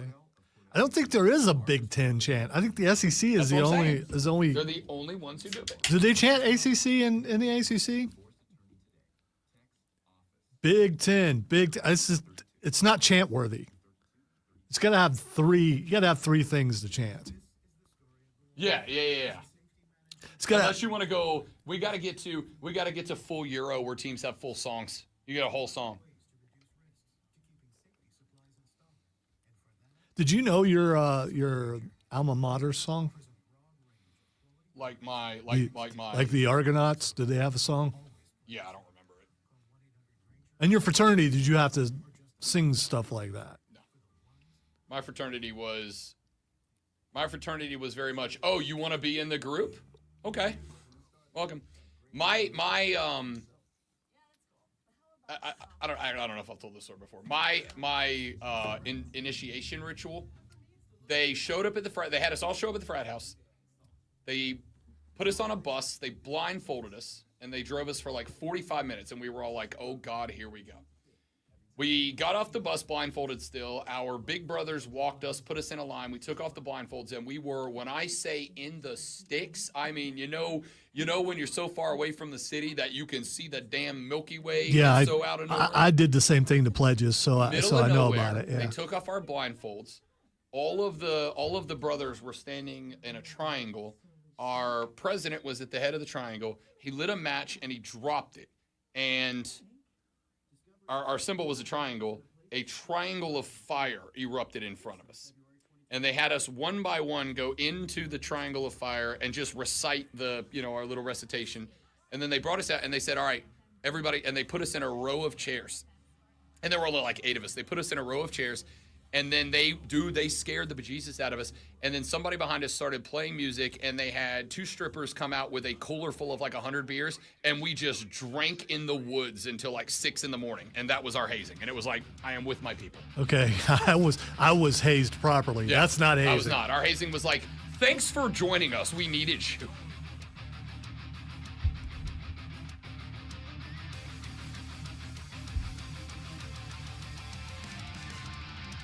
The Rob Brown Show back on your radio. It's the Fan Upstate. Rob Brown. Can you dig it? The great one, Lonzo. And you, rounding out the day, rounding out the week of broadcasting. Just as a brief reminder, your boy will be live tonight on BetMGM tonight with Ryan Horvat. Make sure you tune in. It'll be the last Friday for me filling in for Brad Evans, as he will be returning to his Friday night slots starting next week as football season is here. Ryan and I are going to be, for those of you especially that texted and tweeted over the past few minutes saying, give us some college football, please, Rob Brown, it's going to be a lot of college football tonight. So make sure you tune in for BetMGM tonight. Make sure you tune in for Bet for the Cycle tomorrow, noon to 4 on the BetMGM network, available for free on the Odyssey app. Sean Bell filling in for Cody Decker tomorrow on the show. We'll do a lot of baseball talk. We have a Big 12 preview tomorrow. We have an NFC South preview tomorrow. So if you're a Panthers fan, I invite you to grab the Odyssey app, AUDACY, Heart the Fan Upstate, and the BetMGM network, and tune in from noon to 4 Eastern Standard Time tomorrow, because myself and Sean Bell will be running over the NFC South, including an extended look at the Carolina Panthers. So make sure you tuned in for all of the words that I will be saying for 8 more hours between here and 4 o'clock tomorrow afternoon. Talking NFL, talking college football, etc., etc., etc. Real quick, earlier on the show, we talked a little bit about Dabo. If you missed the conversation, the context is effectively this. On Monday, Chris Lowe, who covers college football for ESPN, put up a profile on the Clemson Tigers heading into 2025. I thought the profile was not just pretty good. I also thought that the profile was, as far as preseason college football profiles go, I thought it was kind of glowing, to be honest with you. He had a lot of nice things to say about Cade Klubnik. He had a lot of nice things to say about the wide receivers, about Dabo. He had quotes from other high-profile dudes and dudettes. Bill Belichick had nice things to say. Jimbo Fisher had nice things to say, et cetera, et cetera. And at the end of that article, Chris Lowe had a quote from Dabo Swinney. The quote was, and I quote, I've had one, I said quote too many times. I've had one undefeated team. Yeah, so now what's the quote? Was quote? Here's the quote. Quote, I've had one undefeated team. In 2018, we were the first 15-0 team in the history of major college football ever, and I think we're going to be the first 16-0 team. It's a race to do that, end quote. The article ends with, again, I think a complimentary line, quote, and a race Swinney plans to keep on running his way. And a lot of the article is the discussion about how, over the past couple of years, there have been many a person, myself included, I will own it when I say it, that have said the Dabo Swinney way is not going to work in the new age of college football. And here we are going into 2025 with the Clemson Tigers, one of the 4 shortest betting odds to win the national championship. If Dabo wins a national championship, then it is proof positive more than anything else that, yeah, we were wrong and he was right. And cool. I'm good with that. In fact, I'm very interested in that because the more philosophies and strategies and approaches to college football, the more varied college football is, the better it is, right?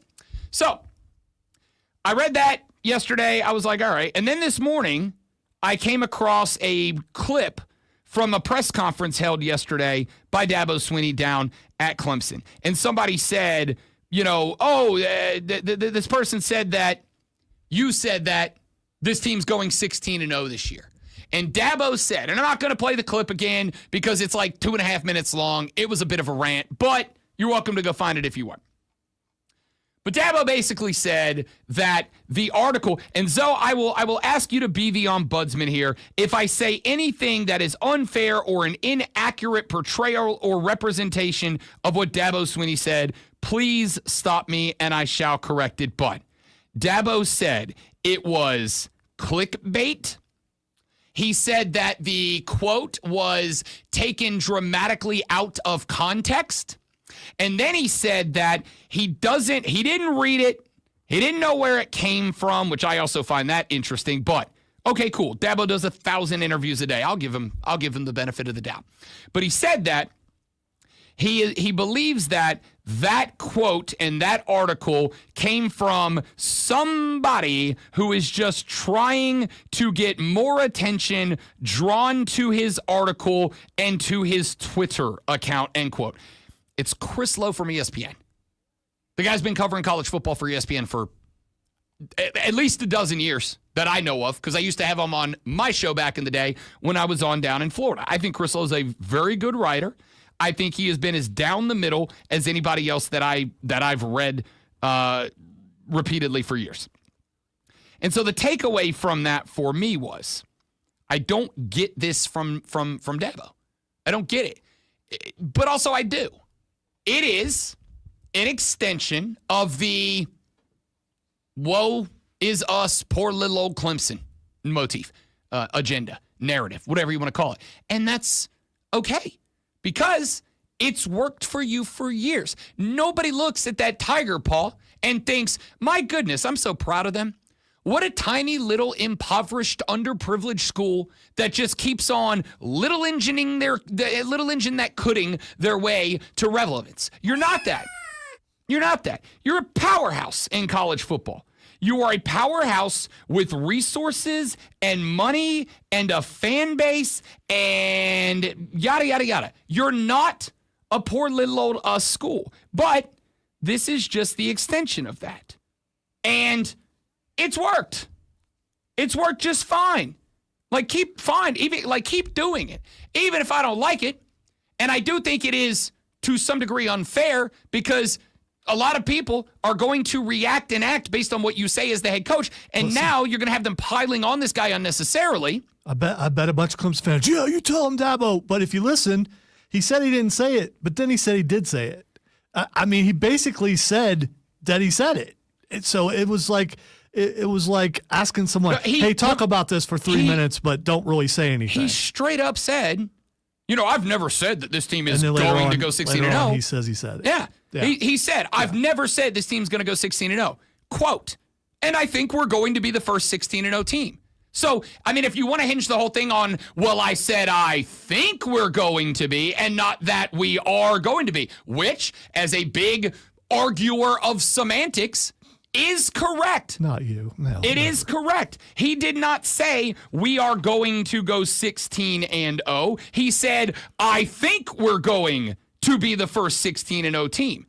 All right, cool. Semantically, you are correct. But we all, just say that then. Just say that.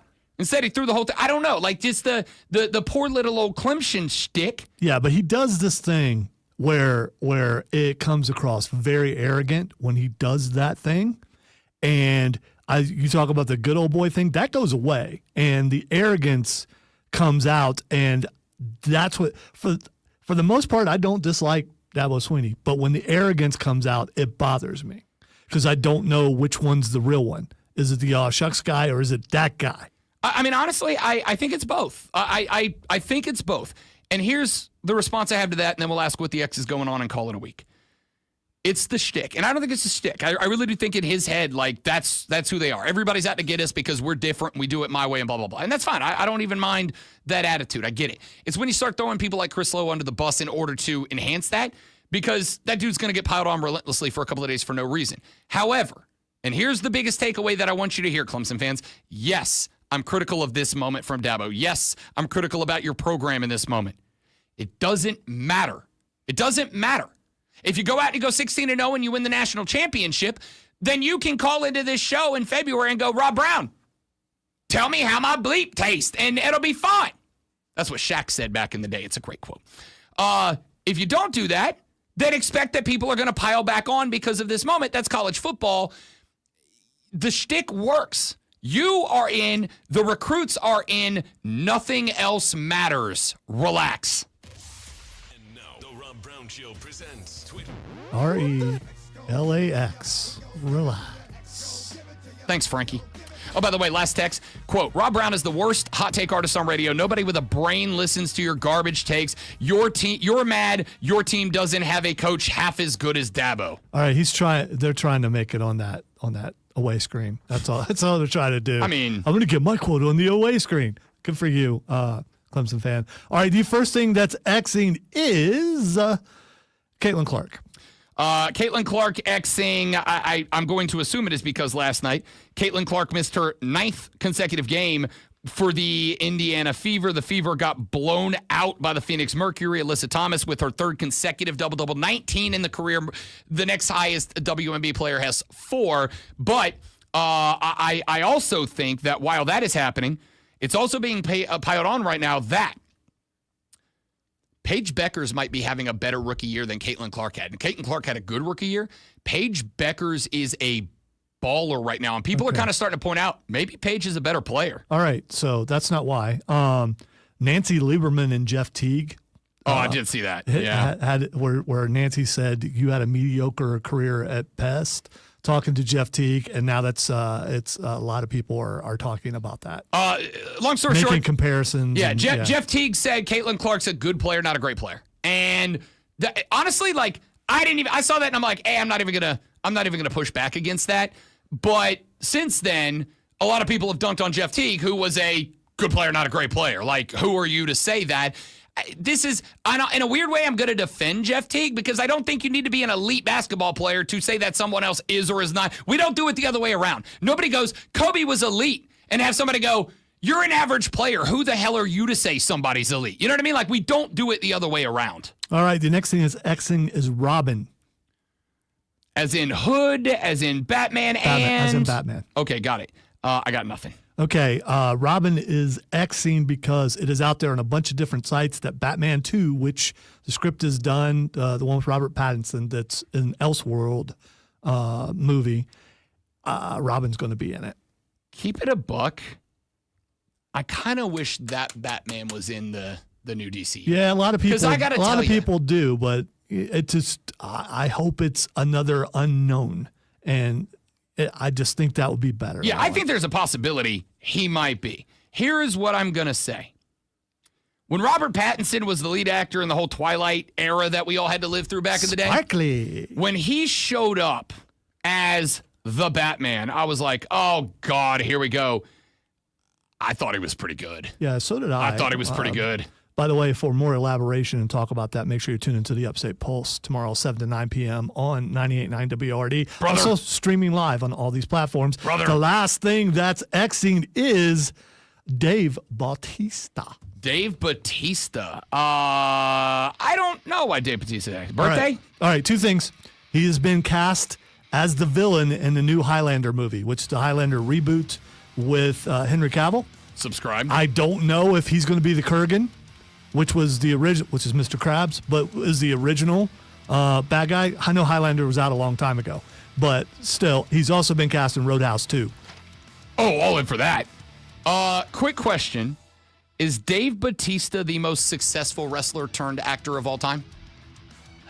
I think Cena's given him a run for his money. But as far as if you want to go serious actor, just actor in maybe he's pretty good. I'm fine I with hate that Cena. he's lost so much of his size, though. But And before anybody hits me with it's Dwayne, no, it's not. Dwayne's the same guy in every movie except He is. Moana. Yeah. Like Moana's the only movie he's not Dwayne in, and he's not even in that. He's just his voice acting. All right, that's it for us. Thanks for being here. Hope you enjoyed the show. If you didn't, let's be honest, it's your own fault. We're out. BetMGM tonight. Bet for the Cycle tomorrow. Upstate Pulse tomorrow night. The Rob Brown Show returns on Monday. Have a great rest of your day. Don't drink and drive. I'll punch you in the face. See you back here Monday to do it all over again, but better on the Rob Brown Show and the Fan Upstate. Later.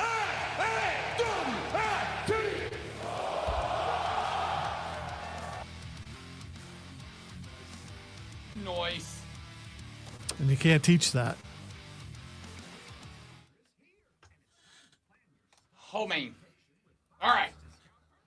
Guys, that was super duper fun. Thanks for being here. For those of you from the PNP Army who stuck around, thanks for doing that.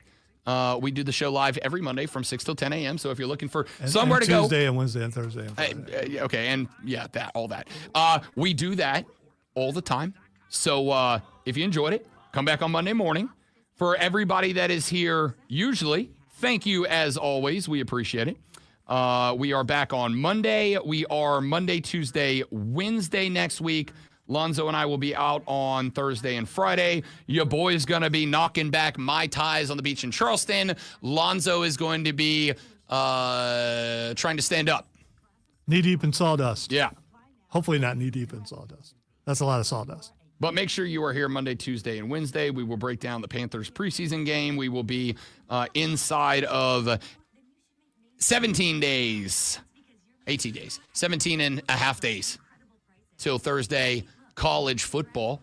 And that'll be 3 weeks away from NFL week 1, 2. So Monday's going to be awesome. Can't wait. Thanks for being here.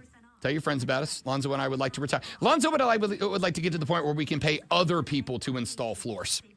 Yeah, that would be good. So help us I'll get be there. down for that. All right, guys. Have a great weekend. Thank you very much. See you Monday. Goodbye.